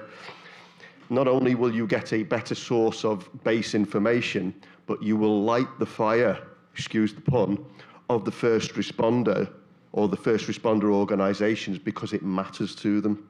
And that will then increase their level of engagement and feeling of engagement. Excellent. Thank you very much for that. That's good. It's chicken and egg question. So start with the gap and then introduce innovation to resolve that gap. Don't start with innovation and see which gap it fits. Really strong message. Philippe, then Gerald. Just a question to practitioners, actually. You speak about the involvement in proposals. What is your feeling about the kind of 2 steps approach regarding submission of proposals? Because we are reflecting about this internally. That is opening for proposals that does not necessarily involve already as partners practitioners, because we know that it's a little bit heavy, but having actually a recognition of the value for the practitioners, and then if the proposals are accepted, then in the second step, having a partnership built with practitioners. I would like to have, maybe not now, but it's something that we might indeed discuss. I see some reactions. Huh? You do. You've just changed the question, Philippe. Thank you for that. Who would like to directly address Philippe's question? We go to Robert and then the lady here on the right. Thank you. Just short comment. Of course, it would be great to have access to the end users, to the practitioners that are still necessary in the project. But making it a hard rule would mean that we are taken our freedom of choosing partners. So I'm not sure if I correctly understood, but if it's hard no for implementing the end users into consortium and necessarily referring to the end users that are corrected in the other body, I don't think it is a good idea. Thank you, Robert. I'm just reacting because you didn't understand what I said. You are transforming something which is very flexible into a rigid thing. It's not my purpose. I just say that we are judging on the value of the proposal in terms of technological development and so on, which does not need necessarily to have practitioners as partners in a proposal. But then after, we can open for choosing practitioners that are willing to participate in projects, the contrary of what you just said. Yeah. Excellent, thank you. Robert, then the lady here. I'm sorry that I ignore your question, but response to Philippe. More interesting, you do that. I think that the first question is, what does a first responder need? And then maybe you have to, if you want to back 2 steps, then turn it around. First, the first responders, they can say, this is what we need, and then search partners that can help to solve the first responders' problems. We know what our problems are. Please don't think for us. We know what we need. So please don't do that. You ask us, we can tell you. In a lot of projects, I see some people say, in a lot of projects, I get, this is your problem. I can tell you, this is not my problem. This is complete different. And this is the biggest difference between what I meant with technical and scientific and first responders. You're solving something for first responders, just please ask them what the real problem is. Lovely, thank you, Robert. I'm going to take the point from the lady here. I'm going to ask Olivia to step in. And we're moving. Gerald, you've been usurped. I can blame Philip. He changed the question halfway through. And then we're going to have to move towards a close. I'm sorry that it's generated so much discussion. Please. My response is very much in line with what Robert said. So if I understood what you were proposing, then it's exactly turning it around. We're talking about projects are pushing technology and not listening to what practitioners need. And if you do the review process the way you described, then it means let's give us the technology first and then look for first responders. So maybe I misunderstood, but if I understood correctly, then it's exactly the other way around that what we need, as Robert was saying. You are saying things which I did not say. You are interpreting things which I did not say. What are we doing here since 10 years? But to listen to first responders. Since 10 years, we are doing that. What are we doing when we are establish our research programming? Listening to first responders. All user research topics that you see in the DRS area are actually checked with first responders, and it is done in this forum. So please don't misunderstand what I'm saying. I'm just saying that regarding the formulation of proposals, it's sometimes very heavy for first responders to be in the proposal. We see that we want to have actually a first the check of the ID. And if the ID is recognized by first responders, then we enter into a larger proposal. It's what I meant. But if it's not a good ID, well, it's less work for us. We are trying to be at the service of first responders. If you think that it is too heavy, well, the better for us. It's less work. Thank you very much. Thank you, Philippe. I'm going to ask Olivier just to close up for us, and then I'll end the session. Yeah. Regarding the question, so my view is that we could have both. I mean that we could have a project looking for responders at a stage which is the development of the proposal, and that sometimes it's difficult to find the right person because you look in your contacts only. But if you have an entry point where a group of persons, for example, at CTIF, FEU, can direct to the right people interested by the technology, because there is a working group, because there is a commission working on the technology, so it can help to find the right people joining the project. And if the project is developing and needs a feedback or some view from a responder afterwards, I think it's also interesting to have an entry point and to know who to contact to have some feedback on the technology development. So I think both approach are very interesting to have capacity to enroll a responder at different stage of the project. Brilliant. Thank you very much. Okay, I'm going to force us to time. What a great start to the day.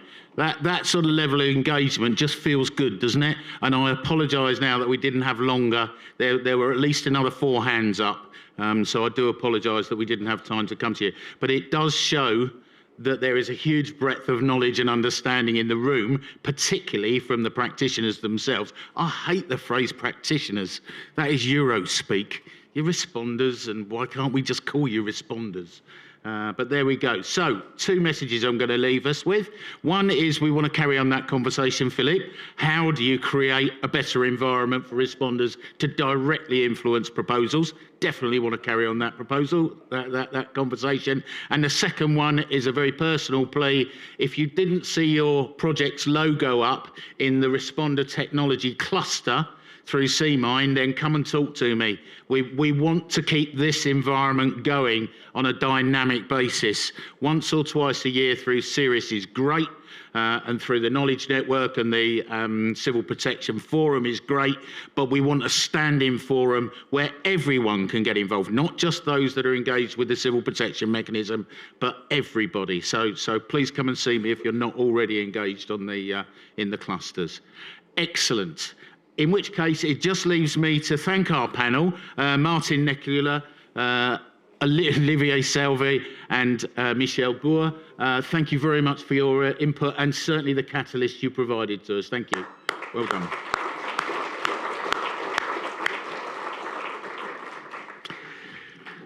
So we're now going to run straight on to our second panel, which will be chaired by the illustrious Tassos, who I'll introduce in just a moment.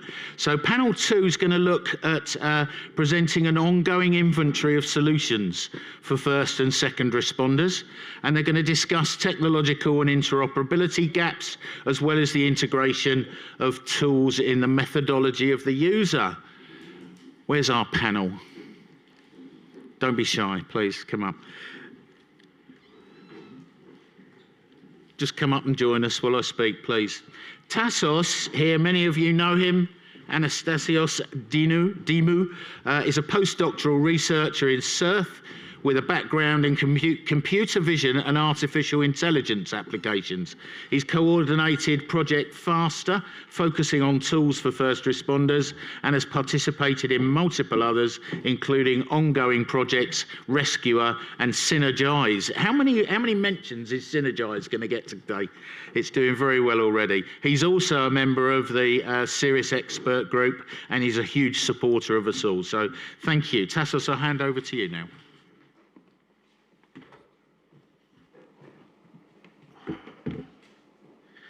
Okay, well, thank you all for being here. Special thanks to the panel. If we can move the slides, yes. This panel is going to talk about technology development, but I would like to also extend the discussion a bit further than the purely technological part.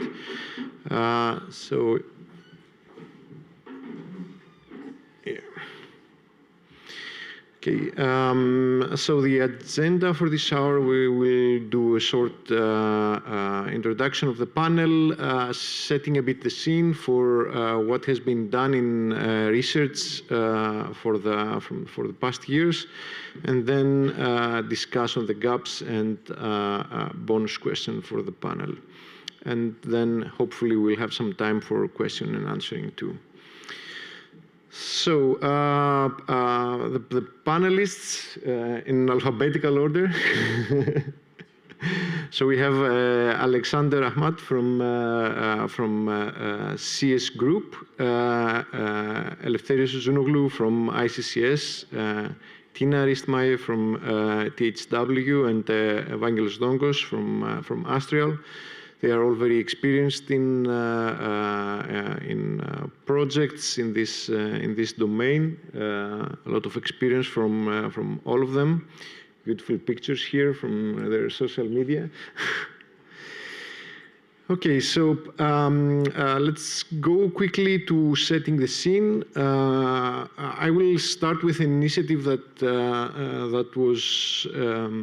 started 1.5 years ago, I think.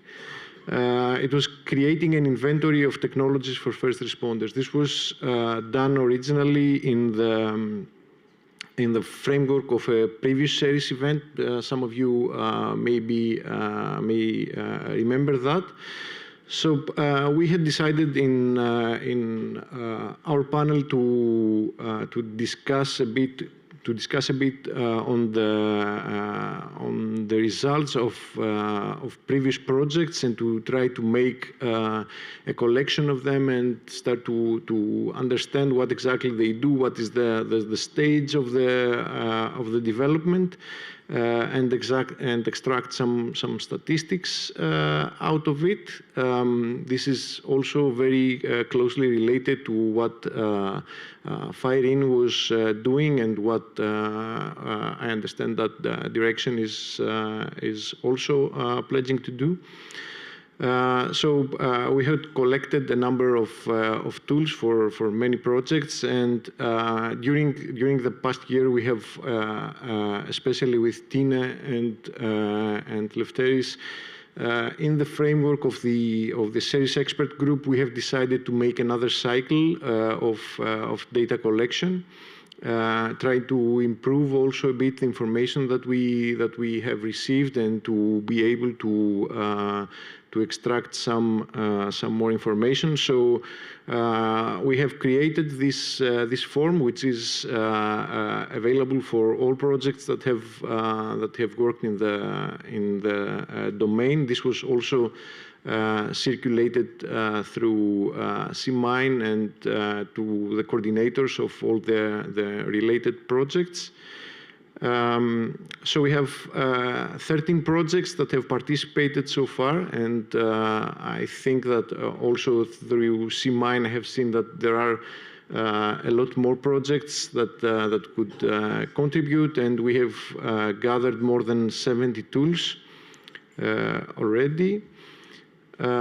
So if you are working for projects that have not participated yet and you would like to do so, you are very welcome. You can do it through this QR code, or you can also contact us and we will provide you with the related information. So here is one part of the results that we had. So we have tried to analyze the solutions based on the IFAFRI capability gaps. You can see the 10 gaps that are identified by IFAFRI. And we have also tried to split the technologies into certain domains. So we have identified 4, let's say, domain clusters: robotics and unmanned vehicles, command and control and communication technologies, sensors, wearables, and mobile devices. And then also augmented reality through dedicated devices, but also mobile devices. So as you can see, we have a lot of solutions contributing to each of the gaps. We have some gaps that seem to be very well covered, like the ability to detect, monitor, and analyze some threats. The incorporation of information from multiple sources. Also, there are a lot of solutions for communication. So, and here you can also see we have tried to cluster all these tools also in the ASR level that they are supporting based on the INSARAG guidelines. So which stage of the intervention is covered at each point. We also see here that there are tools in all domains. So one big question is we see that we have tools, and we are developing tools across all the domains and the stages of the intervention, but still we have a lot of gaps that are identified, and it seems that these tools are not reaching the first responders in the way that they want. So this is one part of the analysis that we are trying to do. So we have seen that all these tools have different TRL levels that they reach. This is from TRL 3 that we have some experimental proof of concept from some tools. Most of the tools are reaching up to TRL 7, so there is a prototype that is demonstrated in a related environment. We need to understand, though, that for first responders, probably this is not enough to employ the tools in real-world operations. So this is already one barrier and one gap that we need to cover, how we can further get all these tools to a better TRL level. We have seen from the analysis that most of the tools that they are validated in a pilot, but we all know that pilots are, let's say, they are not representative of the real situation that the first responders are during an incident. So this needs a lot of elaboration. And there are different barriers that have been identified by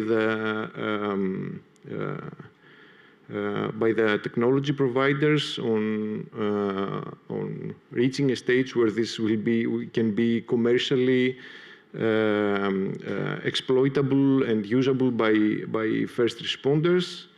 I think that for most of the tools, lack of cascading funding so that these tools can be can move up to a bigger TRL level. Also, the cost of purchasing and maintaining the solution in first responders is one important barrier. Legislation in some cases is also mentioned as a barrier, but in many times there is also a gap in the integration of tools in the methodology of first responders. They have a certain methodology, and it needs special effort to integrate this in their way of working. So after this this introduction, I would like to move to the panel discussion.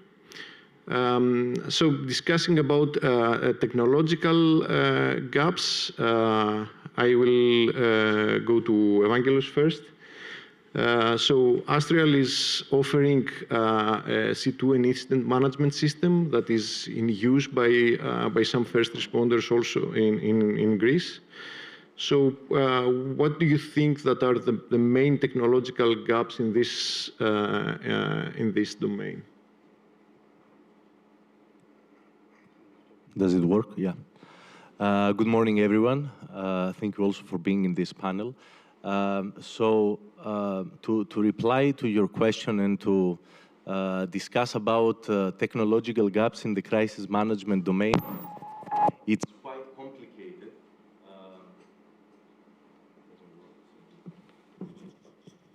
Out of battery. So it's quite complicated.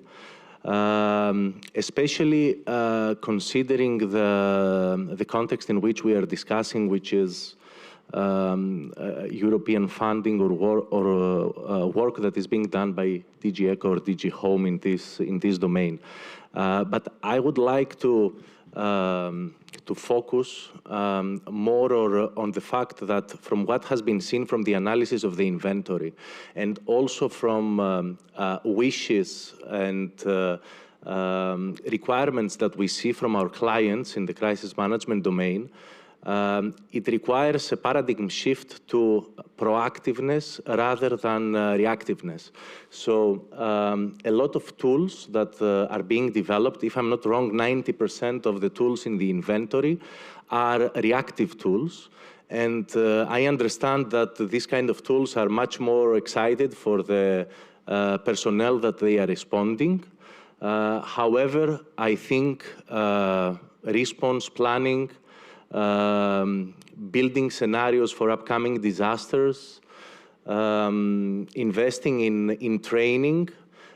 These are functionalities that we keep listening from our clients to, and we are incorporating in our system, because first of all, it's more cost efficient.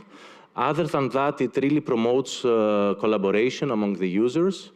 If you know how a certain disaster will evolve, you can select better which tools to use.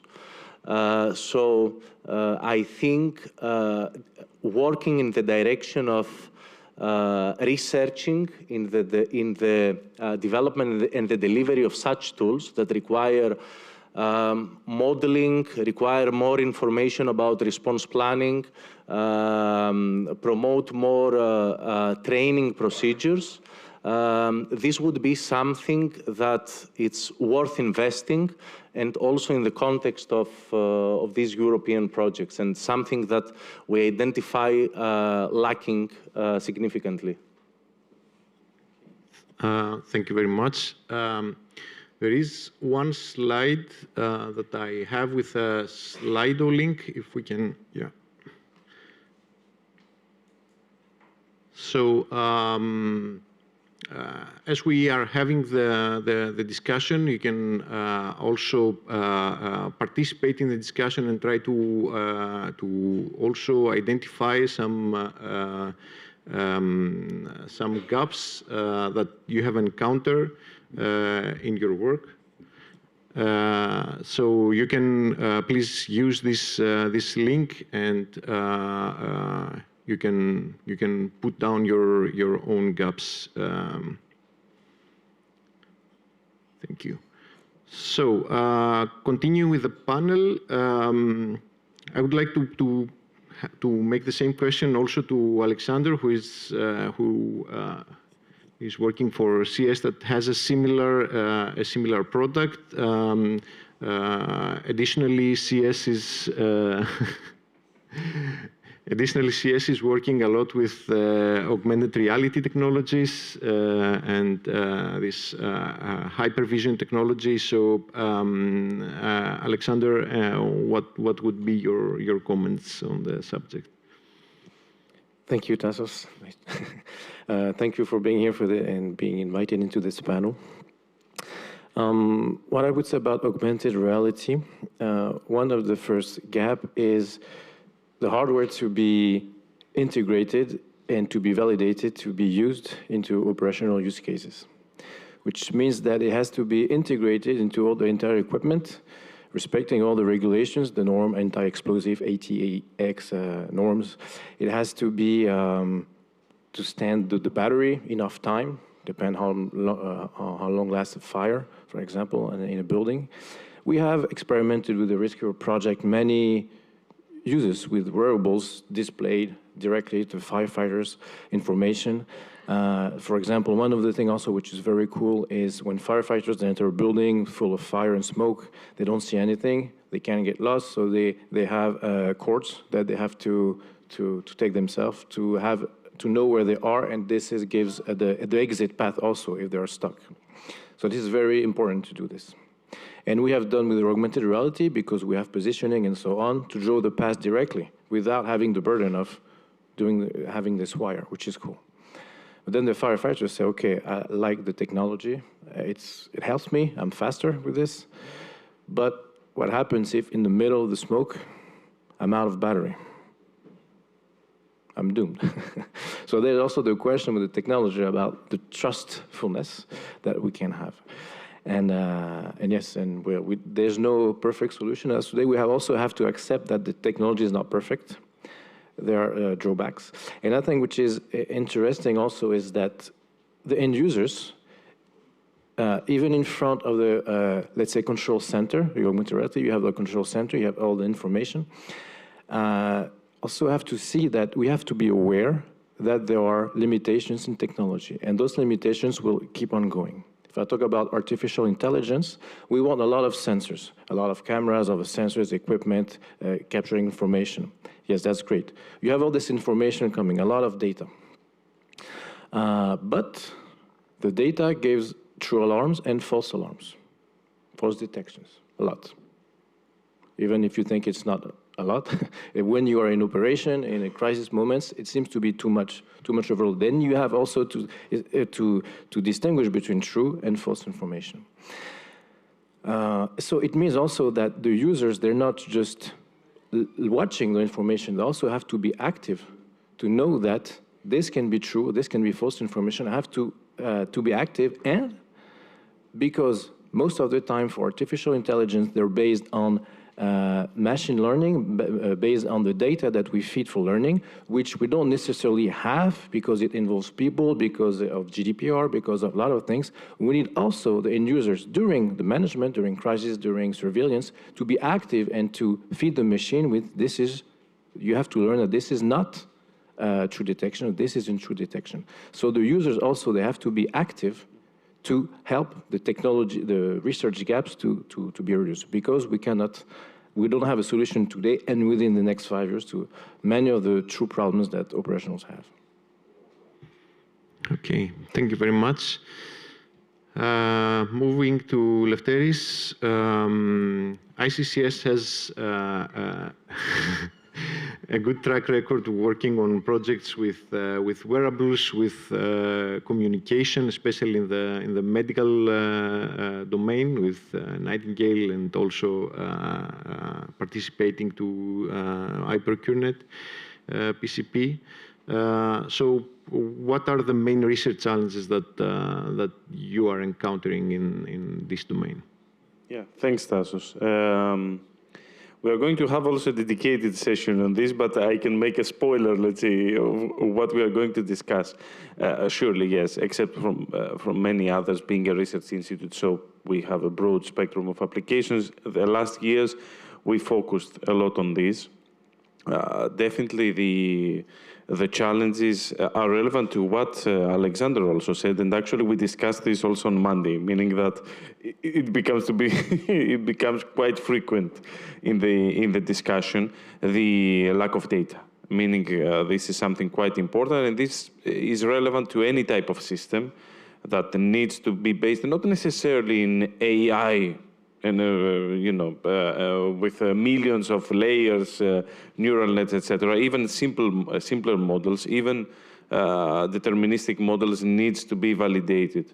And definitely the lack of data, either related to pre-hospital setting when it comes to the victims, or even lack of data for the communications that you said, meaning that we don't have an inventory of cases, how operations has been set up, what should be the extent, what should be the number of devices that needs to be covered, what should be the throughput of the network that should be given. So it is well understood, as it is being called, that data the new petroleum of our civilization. And I totally believe that we have to find a solution, as we are discussing here as a community, and surely in collaboration with the Commission, how to create in a secure way, definitely in a trustful way, some good databases, either distributed or not, either compatible with centralized or federated learning and analysis, but definitely for many things this includes data on visual part for detection of hazards, etc. Data on vitals and victims, data on operations in general. We need to start constructing this to be an asset for Europe in general, to be an asset for the practitioners, but to be an asset also for research institutes, and this to be accessible, surely not openly, but in equal terms and for the good of the research. So I have to say that one of the main, let's say, barriers here is the lack of data. We are trying to create some data during the projects, either synthetic, as we call it synthetic, together with experts to substitute the lack, or during the pilot operations. But you can understand that this is definitely different from what the real data could give. And as we discussed also on Monday, for those that were here, I was more pessimistic. I mean, I said 10 years and not 5 years. Definitely the first step is to create and integrate the systems collecting the data. So this is something quite important to be taken into account, either in the way that the work program is structured or in parallel, let's say, as an action plan for this. As I said, we will discuss these details also later on, but there are also other challenges when it comes to wearables, and when wearables needs to be used for clinical decisions to be taken that has to do with the medical device regulation that should be met, the requirements. And there, I believe we will have a quite interesting discussion later on. Okay, perfect. So I would add also on this part that there are many occasions where we have a technology, but there is a lack of a proper test bed to be that exists where these technologies can be tested objectively, because in the framework of a project, okay, you're creating a pilot that it is more or less in the standards that you want to address. So one idea here would be to create I don't know, maybe a training centers or an evaluation framework that is independent from the projects, and so that we can have it testing stuff there, and also using it to train first responders to use them. So this, I think this could also rapidly improve the performance of tools. Sometimes you create something and you can test it only in so limited situations that it will not work in the end when it goes to a first responder. So Tina. Tina has a dual role here. So she's our first responder in the panel, but she's also very much involved in robotics technologies, both with Cursor and now with Synergize. And I can understand that robotics is of high interest in the here in our group. So, what are the main technological gaps that you see from your side? Yeah, good morning. Also pleasure to be here. So I guess the first question is to differentiate what is a technology gap and what is a procurement gap, or research gap, procurement gap, because many things exist already. First responders just doesn't know it. And I would also maybe argue with Robert, who said earlier that we know the problems. First responders know what are our problems. No, we don't. So it's, yeah, we can talk about that our gloves are not compatible with touch screens and stuff like this, but this is a procurement problem and easily solvable. And we tried to do this in DHW, my organization, to ask first responders, what problems do you have? And we got exactly this kind of responses, that the booths are not comfortable, some kind of tool is not working flawlessly. So maybe we didn't knew how to ask the correct questions, but we didn't got any research gaps. So we discovered after this work that these are procurement gaps and not for my department, research department. So we should hand them over to procurement department. So it's quite difficult to define what is the technological problem. I actually wanted to ask you, Lev, you told that you need data and to develop the technologies, the AI systems, augmented reality systems. So we have often got this kind of request, DHW, you have a lot of deployments, can you provide us some data? And then, yeah, we have data, but what do you need? Yeah, data. And that's not helping us or you, I guess. So I think this is partly a training question. So augmented reality, artificial intelligence, we use them a lot. And I guess here in this room, also the first responders understand how they are beneficial for us. But the majority of first responders doesn't have any connection with these technologies in their deployments. So you would have to start training the first responders by saying, why do you need this data? And what will happen with this data? And how we will benefit from this work later. And then I guess also, it's not only the field testing where you can collect it, you can take it also from our daily activities, and then it's more beneficial for you as well as for us. And it's not only research project which has an end and everything disappears after that, so it's a continuous collaboration. And that's what we are missing as an operational agency, that there are so many new technologies available. Partly we can't match them with our standard operational procedures. And partly our infrastructure doesn't support using these innovations.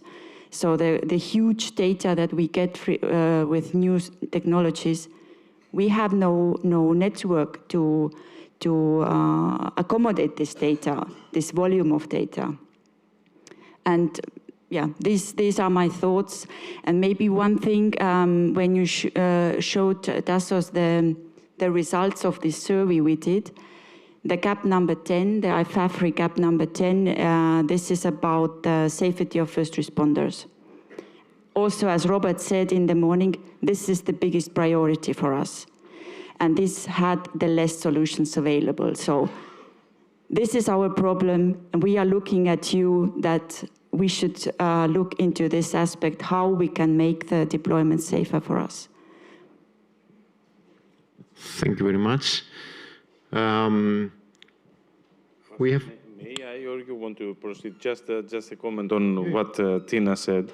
I believe we have to share with the audience firstly that we haven't prepared so much this session, meaning, but it has been proved now that being good collaborators now and in the past, etc., gradually the discussion starts being quite interesting and quite harmonized, meaning that we are going back to what Vangelis said.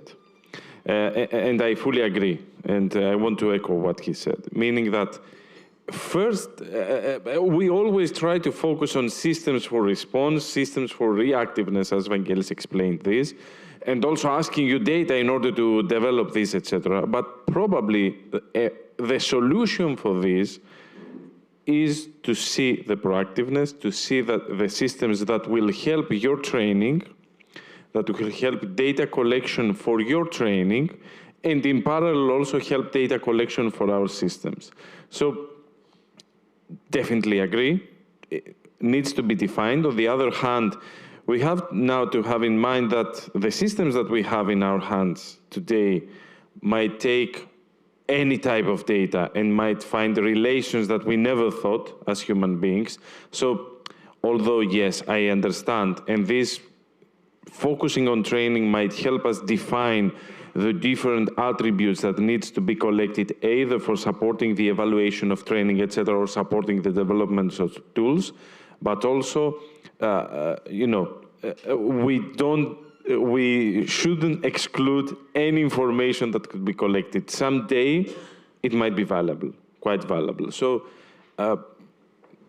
my opinion also goes with Vangelis' opinion that in the next years, probably we have to focus more on training aspects, response planning aspects, etc. And this might be the solution also for that.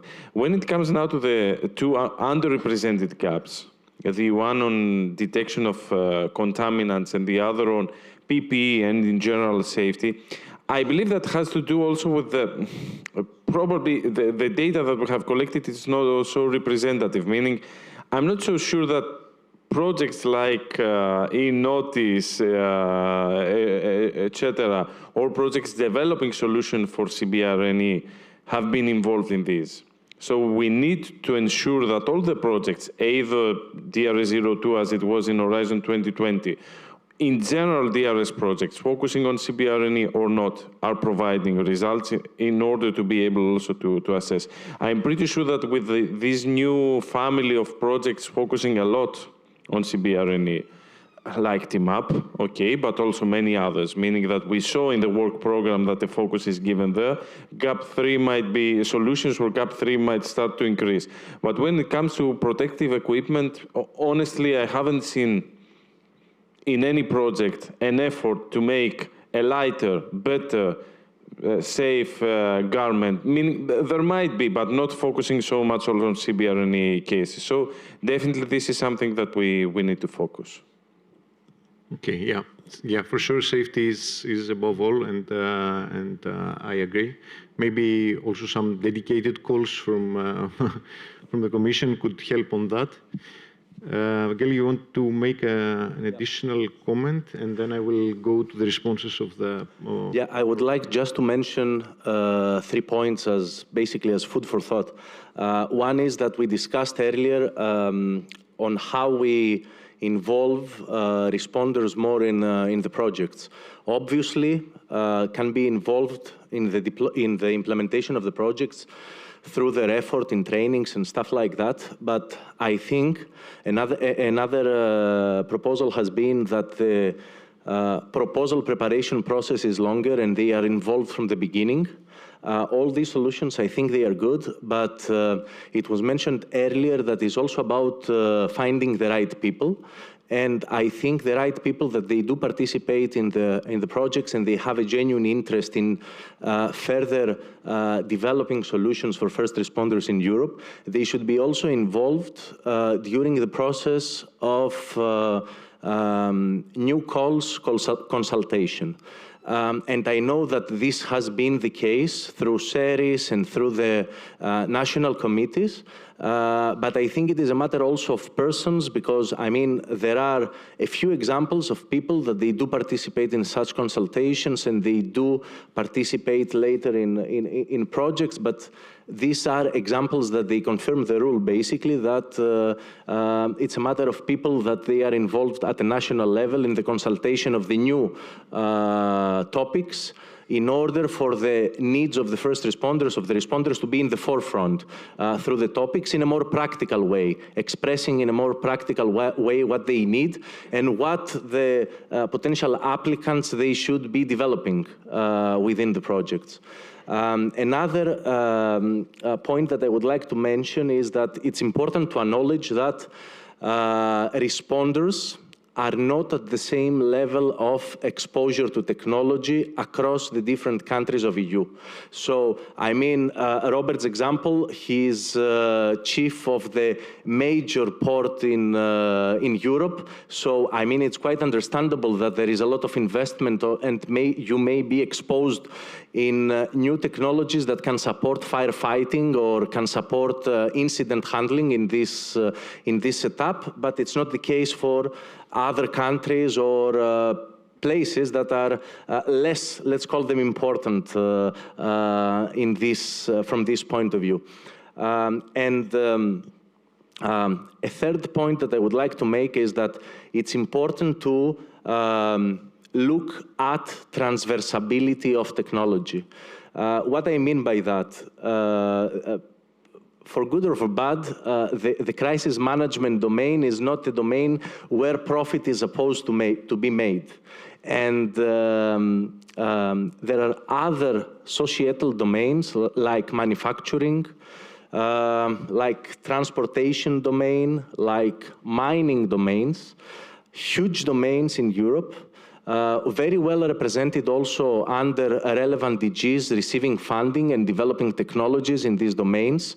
So, I mean, one solution, and I think that we should be continuing having this kind of inventories or the collaboration among the projects and the collaboration among the users in the crisis management domain, but I think that it's important to become a bit more extroversive and try to adopt solutions that are coming from other domains and can be customized in the setup of the responders, because they already exist. I mean, we are talking about drones, and there are drones today. You can buy them, 350,000 euros, they can carry persons. It's only the legislative part that is missing and needs to be catch up at the different countries. They can carry equipment quicker. So just as an example, and they are used in other domains, and it's not much of a research challenge if we look the crisis management domain from its inside, but it's something that we can adapt and customize. So I'm also looking here at the responses that I got in Slido. A lot of thanks for the 20 people that used it. And actually, I see a big difference from what we are discussing up here and and the answers that I'm getting from the from the audience. So we have been discussing a lot on what are the challenges for a researcher to develop some tools. But I'm seeing here from the answers that we have some technologies that are requested, like landscape mapping, knowledge management, image processing, automation, sensors on victims, AI. So there are a lot of technologies that actually we could see already from the inventory that that more or less there are quite a few solutions on that. So it is interesting this fact that we think that we are developing all these solutions and that this doesn't really pass to the users. So, any comments on that?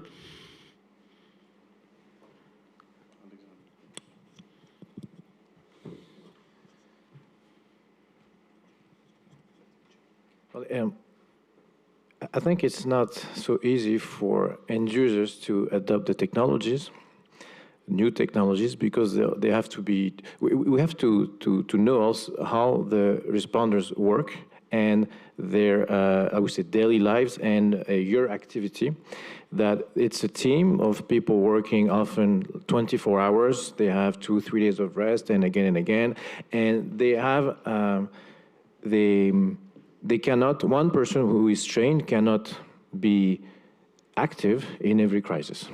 So you need a lot of persons to be trained with those competencies, operational competencies, technological competencies. They can be sick, they can be whatever. You need also people to back them up.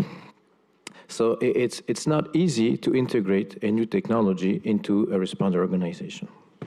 And the technologies are not often so reliable, so you need to be a bit, I would say, MacGyver guy sometimes. And to foster this, we come back to the training, one thing. And even before the training, is to talk about something we tackled in one of the CERIS projects called Intrepid. It's called the doctrine. The doctrine, which is a way of operating, way of working, which is established by previous experiences.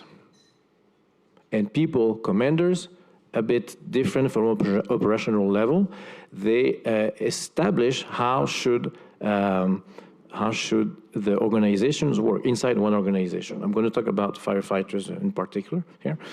But the thing is, what we are trying to do, the new technologies, we don't have experience yet with them.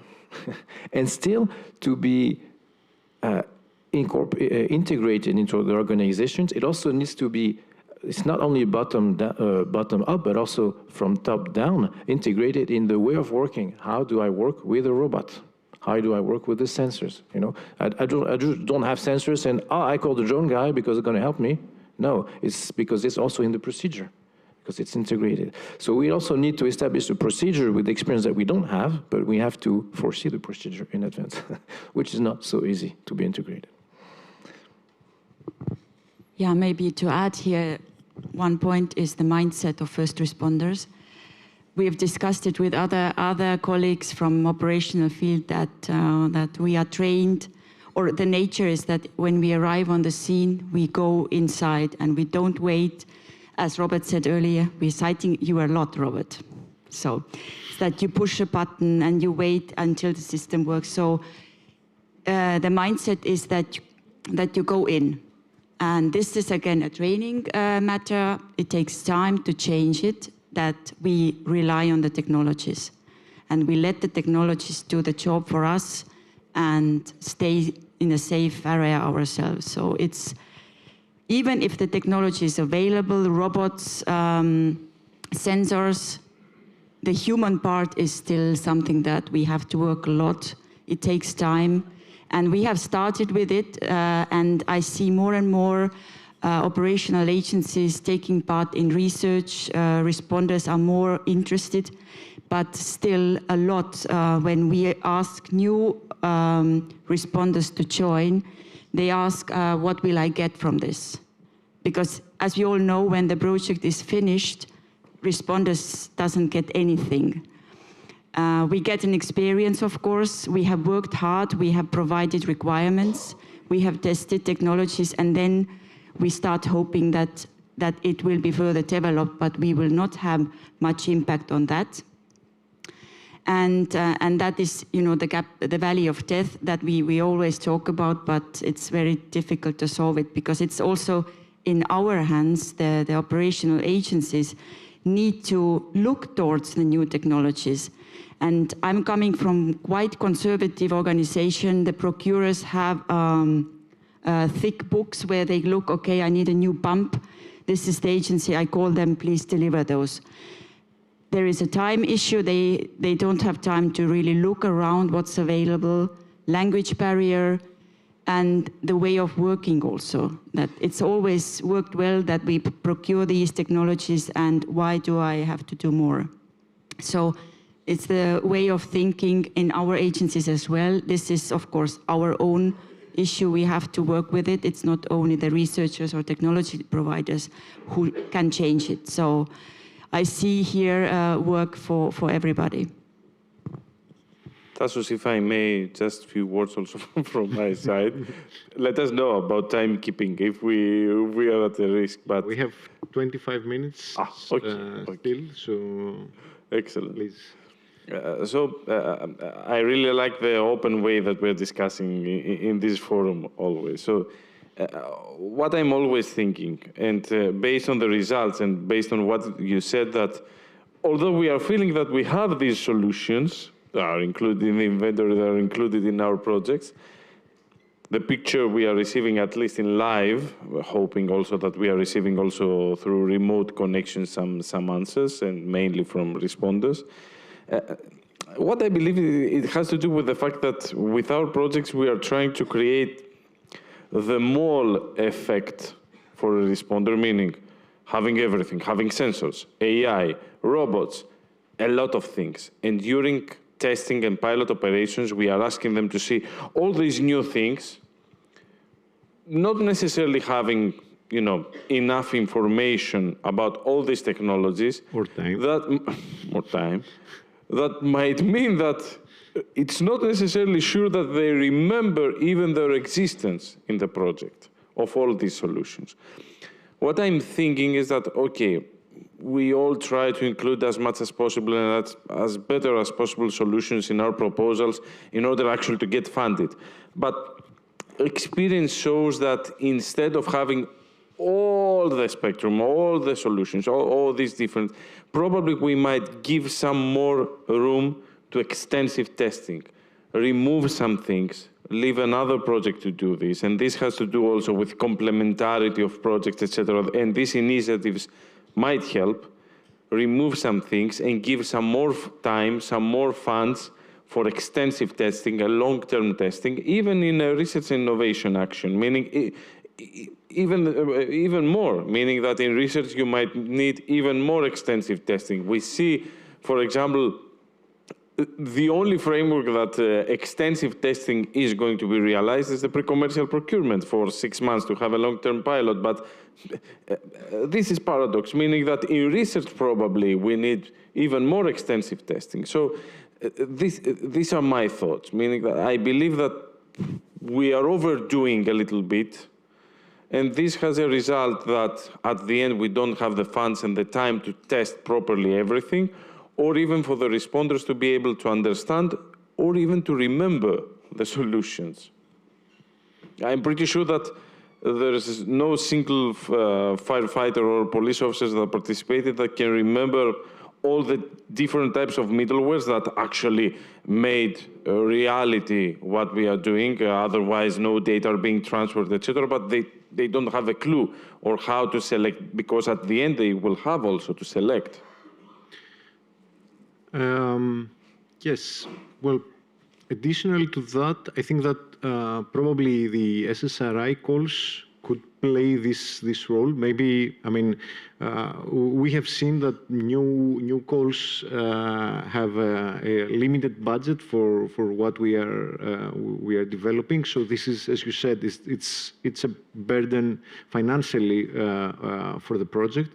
So maybe collaborating better with SRI projects, they could, you know, undertake this role of collecting the information, of communicating it to first responders, maybe, and I don't know if even testing stuff could be part of it. And then in this way, we are also freeing some resources for further research.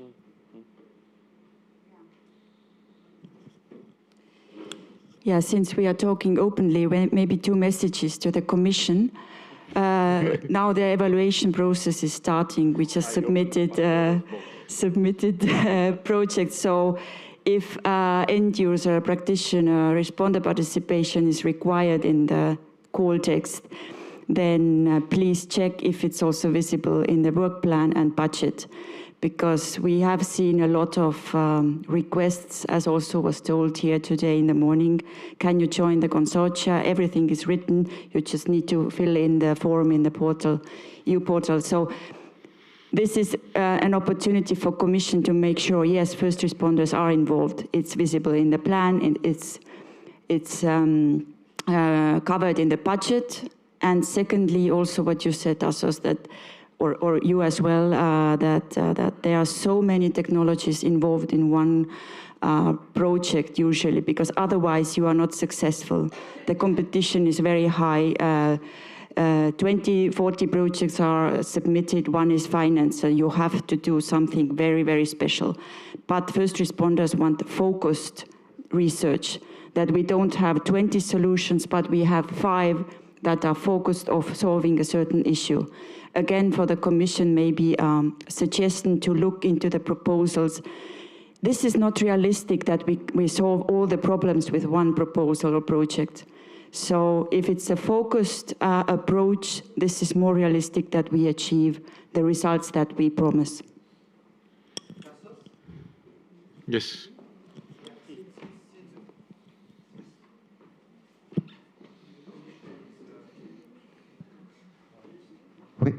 Since the Commission is called for I wish I comment, I'm surprised, Tina, that you are saying that. I'm very surprised, because in terms of budget and so on, because the proposals are judged on this basis. And the evaluators include first responders. So I'm very surprised that you express this kind of comment, but okay, we may... Then it's just a confirmation, that's fine. So yeah, I confirm then that it is taken care by the Commission. Thank you. Well, if I may take the opportunity that Eleftherios opened the Pandora box, and that you continue with the European Commission. I'm also good in creating a mess, Philip. If you need to hire someone for the CERIS event, you know. Well, it's true that many proposals, from what I have seen, try to include a lot of gaps, supposed gaps of first responders, and we have a lot of technologies. And I believe that also the evaluators will look at many gaps, because the calls are ambitious, the calls are quite wide open. And I would really love, but I don't think this would be possible, to really focus on just one little need, one need, not little need, one need of first responders. Like you mentioned earlier, electric cars, which is a big problem nowadays. It's about to explode, just leave it exploding. Okay, it is a problem. And would someone evaluate a proposal just focusing on electric cars, having like a robot doing the very hard manipulations that human can do to disconnect the battery cell and so on? I don't think this will be accepted. We have a high grade because you're just focusing on one particular case. Yet, it is one important need of first responders nowadays. This is what I believe. You have interesting beliefs, actually, because why should not be accepted? I think that in the topics which are as the way they are described, there are a certain number of risks which are quite open. So you are the experts. If you say that indeed we need to focus on electric cars, it will be taken care of. And I would like to say that what I said yesterday, we are exploring possibilities, we'll see it in the future, to have maybe more open topics that will be actually giving the possibilities for first responders and researchers to define what are the needs, because we are not covering, obviously, all the respective needs. So we will give you the words, and maybe this is something which will be an interesting experience. We will see that. We are exploring the idea, but again, we are not closed. We try not to be prescriptive in the topics, because it will be, counterproductive, we think. I see that we have a lot of questions and answers. So I was planning to talk a bit more for interoperability and how we are integrating tools into first responders' way of work. But yeah, let's interact with the panel, with the audience. So I don't know who was first. I think the gentleman in the back was first, to be honest.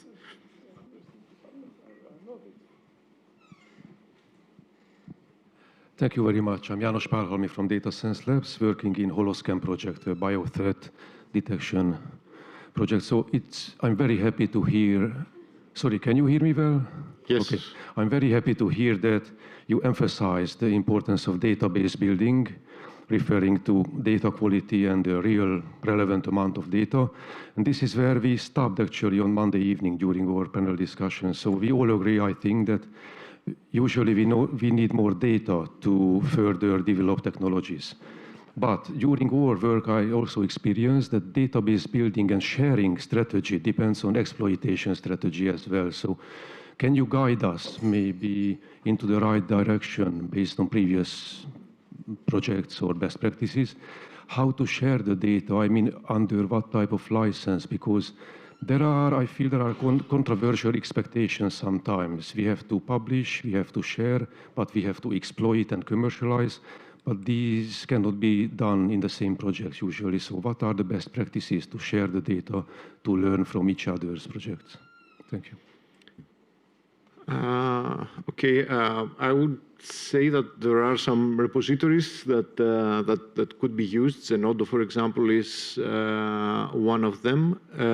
Of course, they are very generic, and maybe sometimes you have something open, but then it is hard to for the stakeholders to find it in such a mess. So I don't know if we could.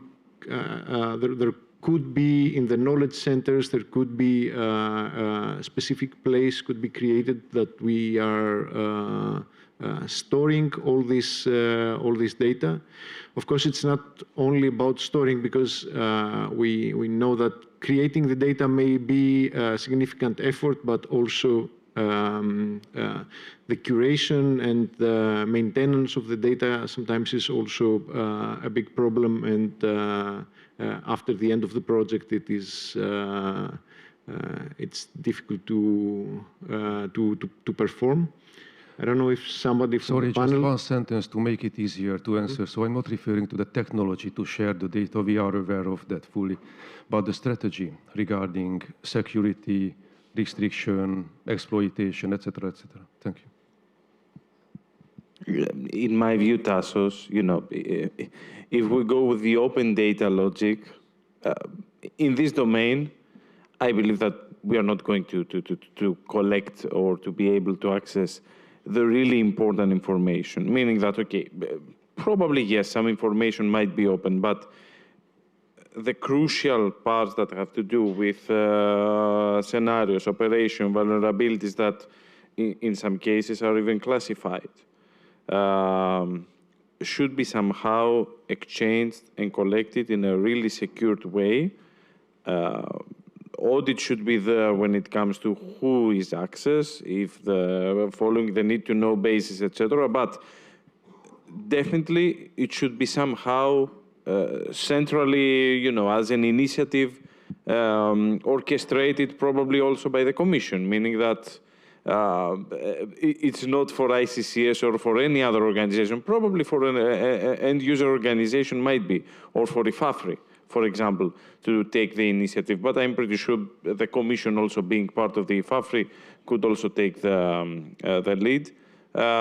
Surely, Janos, meaning that we need to ensure, and speaking also about remote access to data, it involves also technical measures that should be taken. But solutions are there, definitely are there, meaning that it's not a problem on that. So when it comes to licenses, etc., it's a huge discussion, and it's not only about data, it's even about what information we're receiving, intellectual information when it comes to requirements, etc. It's a big discussion when it comes to IPRs and participation of first responders on this and end-user organizations.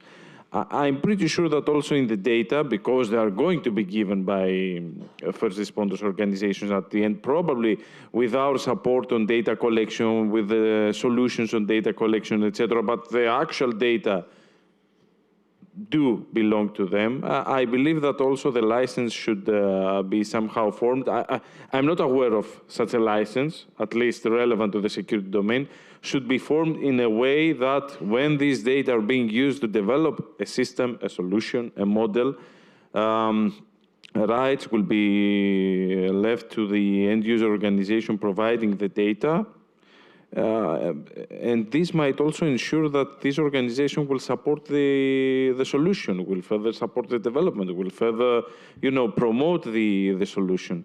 So I believe that the data might be a quite interesting link that if we properly prepare the environment, either legal, technical, etc., will not only accelerate the research, but will also strengthen the links that we have with end-user organizations. I think that we should disentangle probably the solution from the data, because data governance and the exploitation of data can be done in a separate pathway. Of course, we have data that have a different classification. Let's say some can be open, some can be classified. I will just give the example of from the FCT domain, where in some sensitive domains like child sexual exploitation, for example, the European Union is creating centers. I don't know how.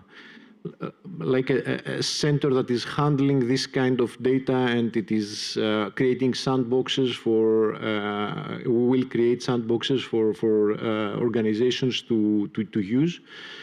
So maybe this could be a way, trying a similar strategy. Yes, please. So we have 7 minutes more, so please be quick so that we can accommodate I just the rest want of to mention that I'm very happy that the topic on data is discussed a little bit more than we had in previous series sessions.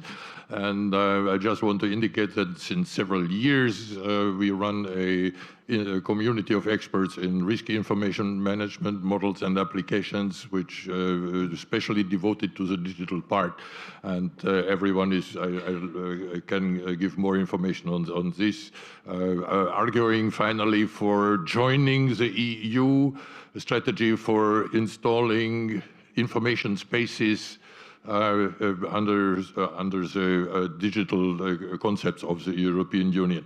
My question here, in addition to or suggestion was, one of the deficits noticeable, especially also in this session, is that we are doing projects of feasibility, and feasibility is not the whole story.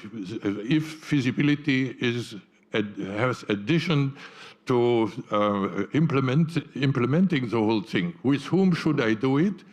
To write in the project, because there is knowledge in the project, what resources are necessary, what is a business case to run the thing 24 hours, 1 year, 2 years, and whatsoever. Are there alternatives for private public cooperation if I don't have the people myself and everything?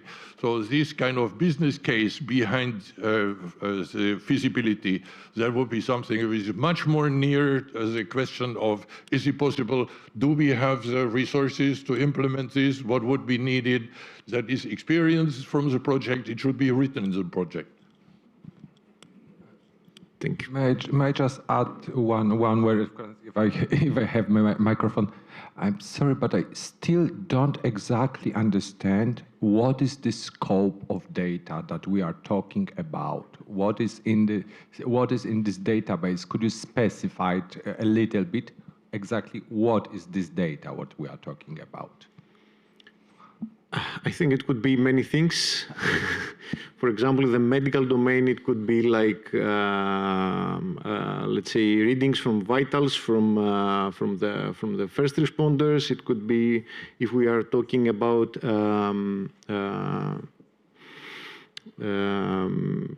attention span, it could be data about how much time a first responder is able to pay attention and how much information they may consume. It could be data usage from drones for, let's say, if you want to, for mapping an area, for identifying objects. So it's a quite wide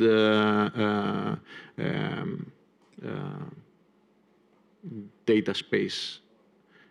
Anything could be there. Yeah.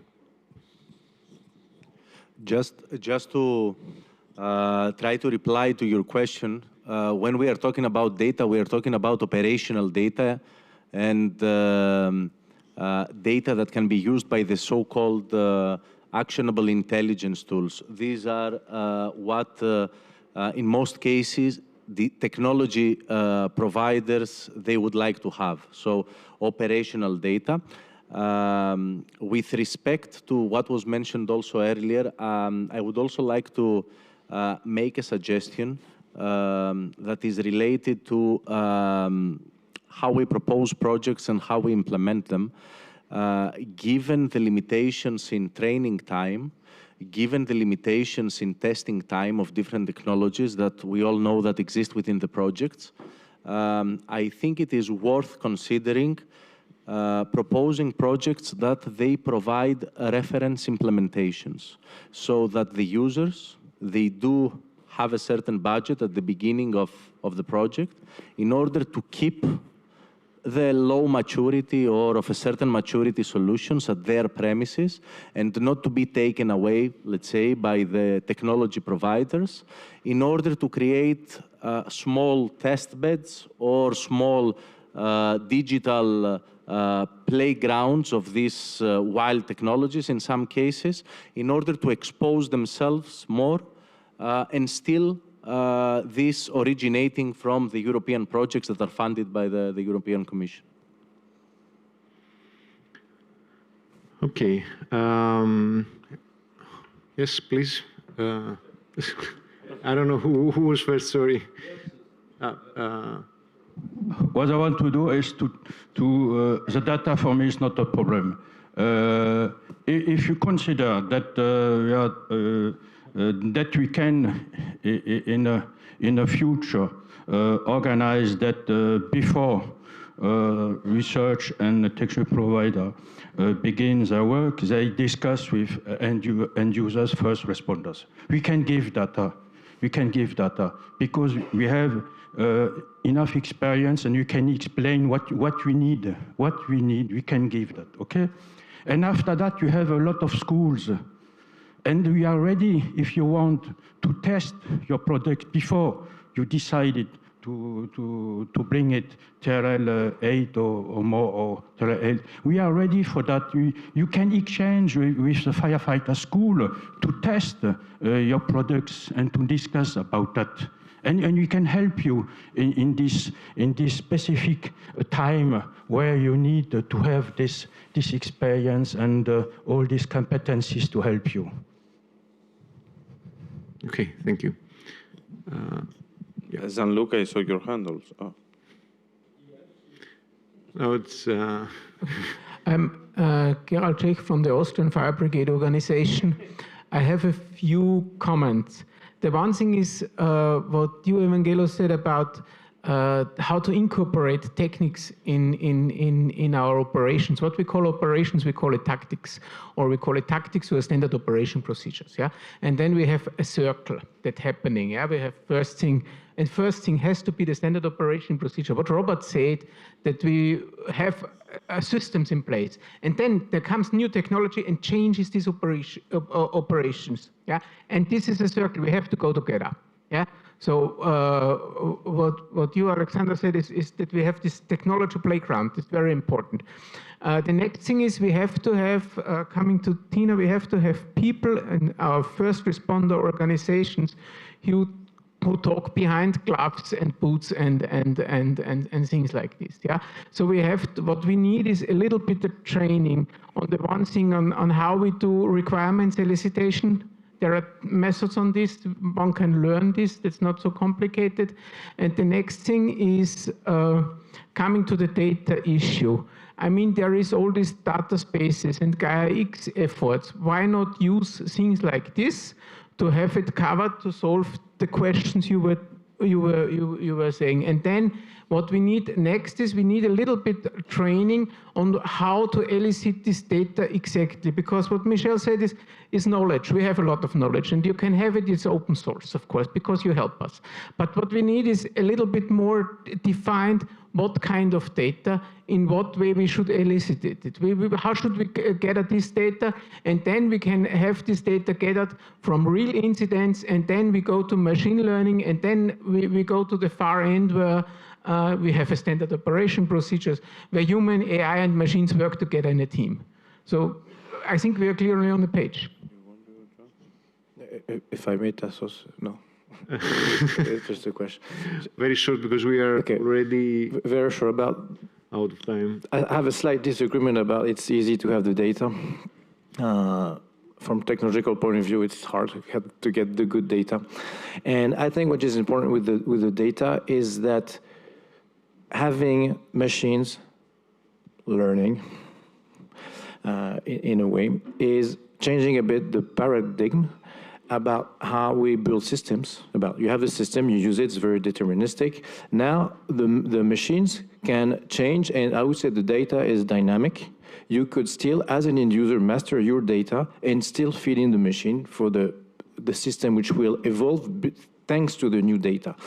So one thing to limit the research gaps is because we don't have operational data, because you don't have them, not all the operational data, because in a disaster you won't film with the camera. That's not the moment to do this, because it's public space and we don't have access to the data. And there are many use cases that we can find which we didn't expect that happens with the operational data.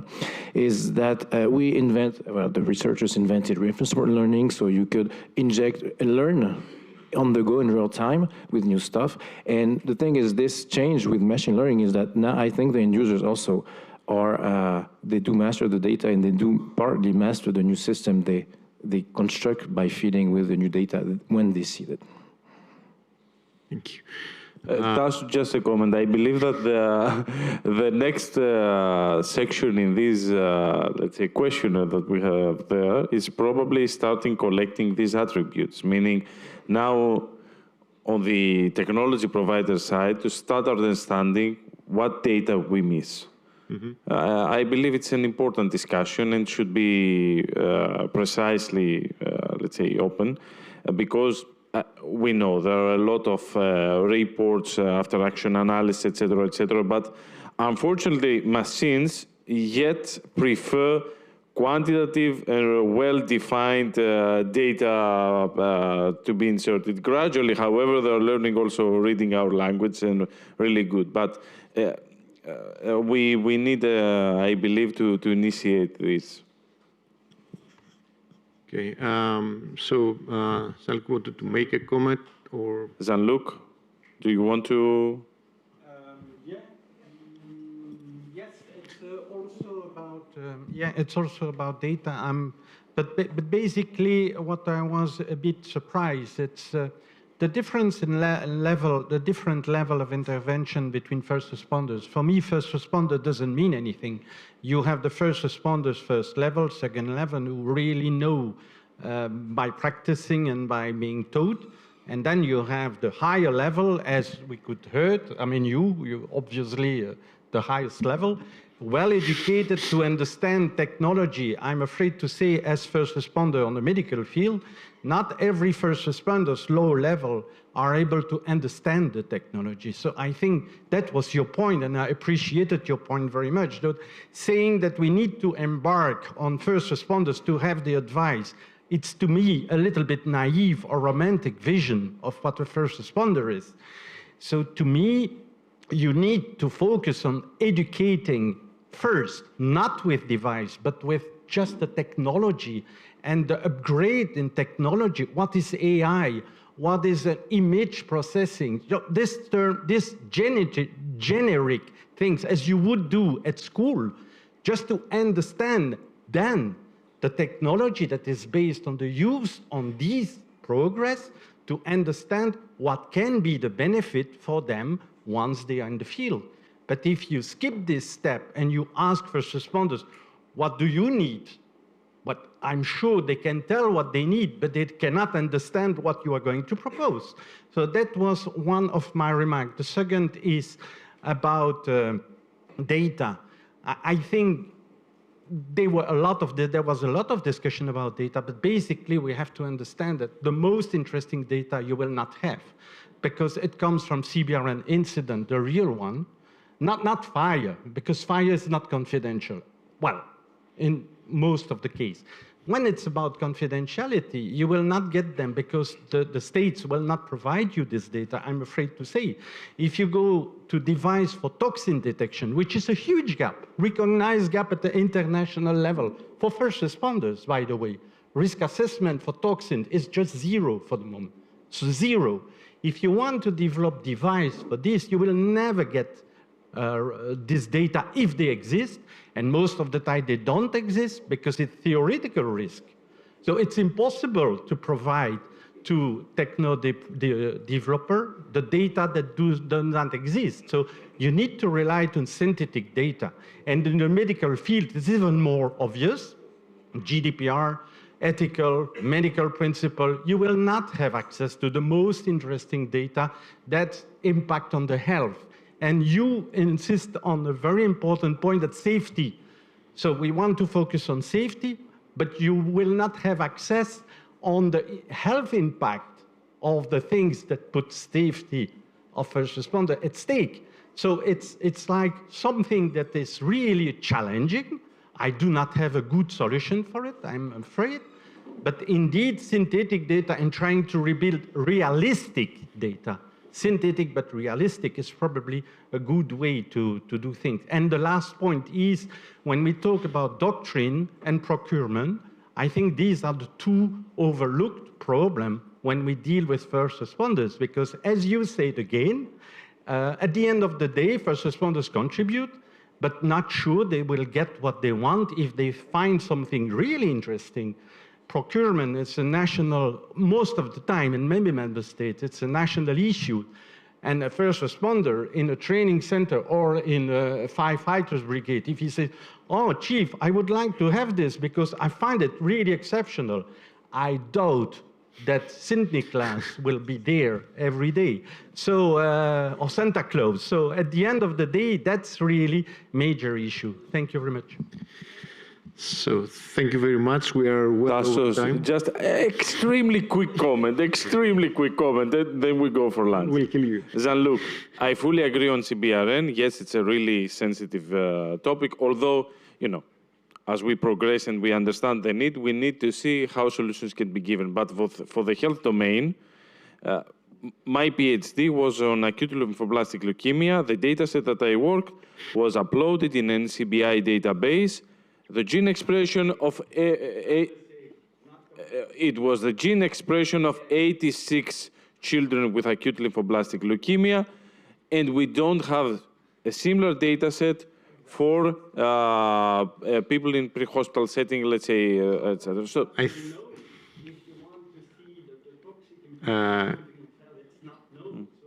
I think that we should go on a break. So we will discuss during lunch. The discussion during the coffee break. Thank you all. I take it as a compliment that we took more time. So thank you all for your participation and the exceptional panel that we have here. Thank you. Extremely good. Well done. Thank you, ladies and gents. Just a very quick wrap up for you. I'm not going to be the one that keeps you from your lunch. We've had a really strong start to the day, haven't we? We looked backwards a little bit. We spoke about the networking, and we spoke extensively about the involvement of practitioners and first responders. And we've just heard some good stuff about gaps. I'll tell you what, we're done, aren't we? Let's go and have some lunch and see you back at 1:30. Thank you very much.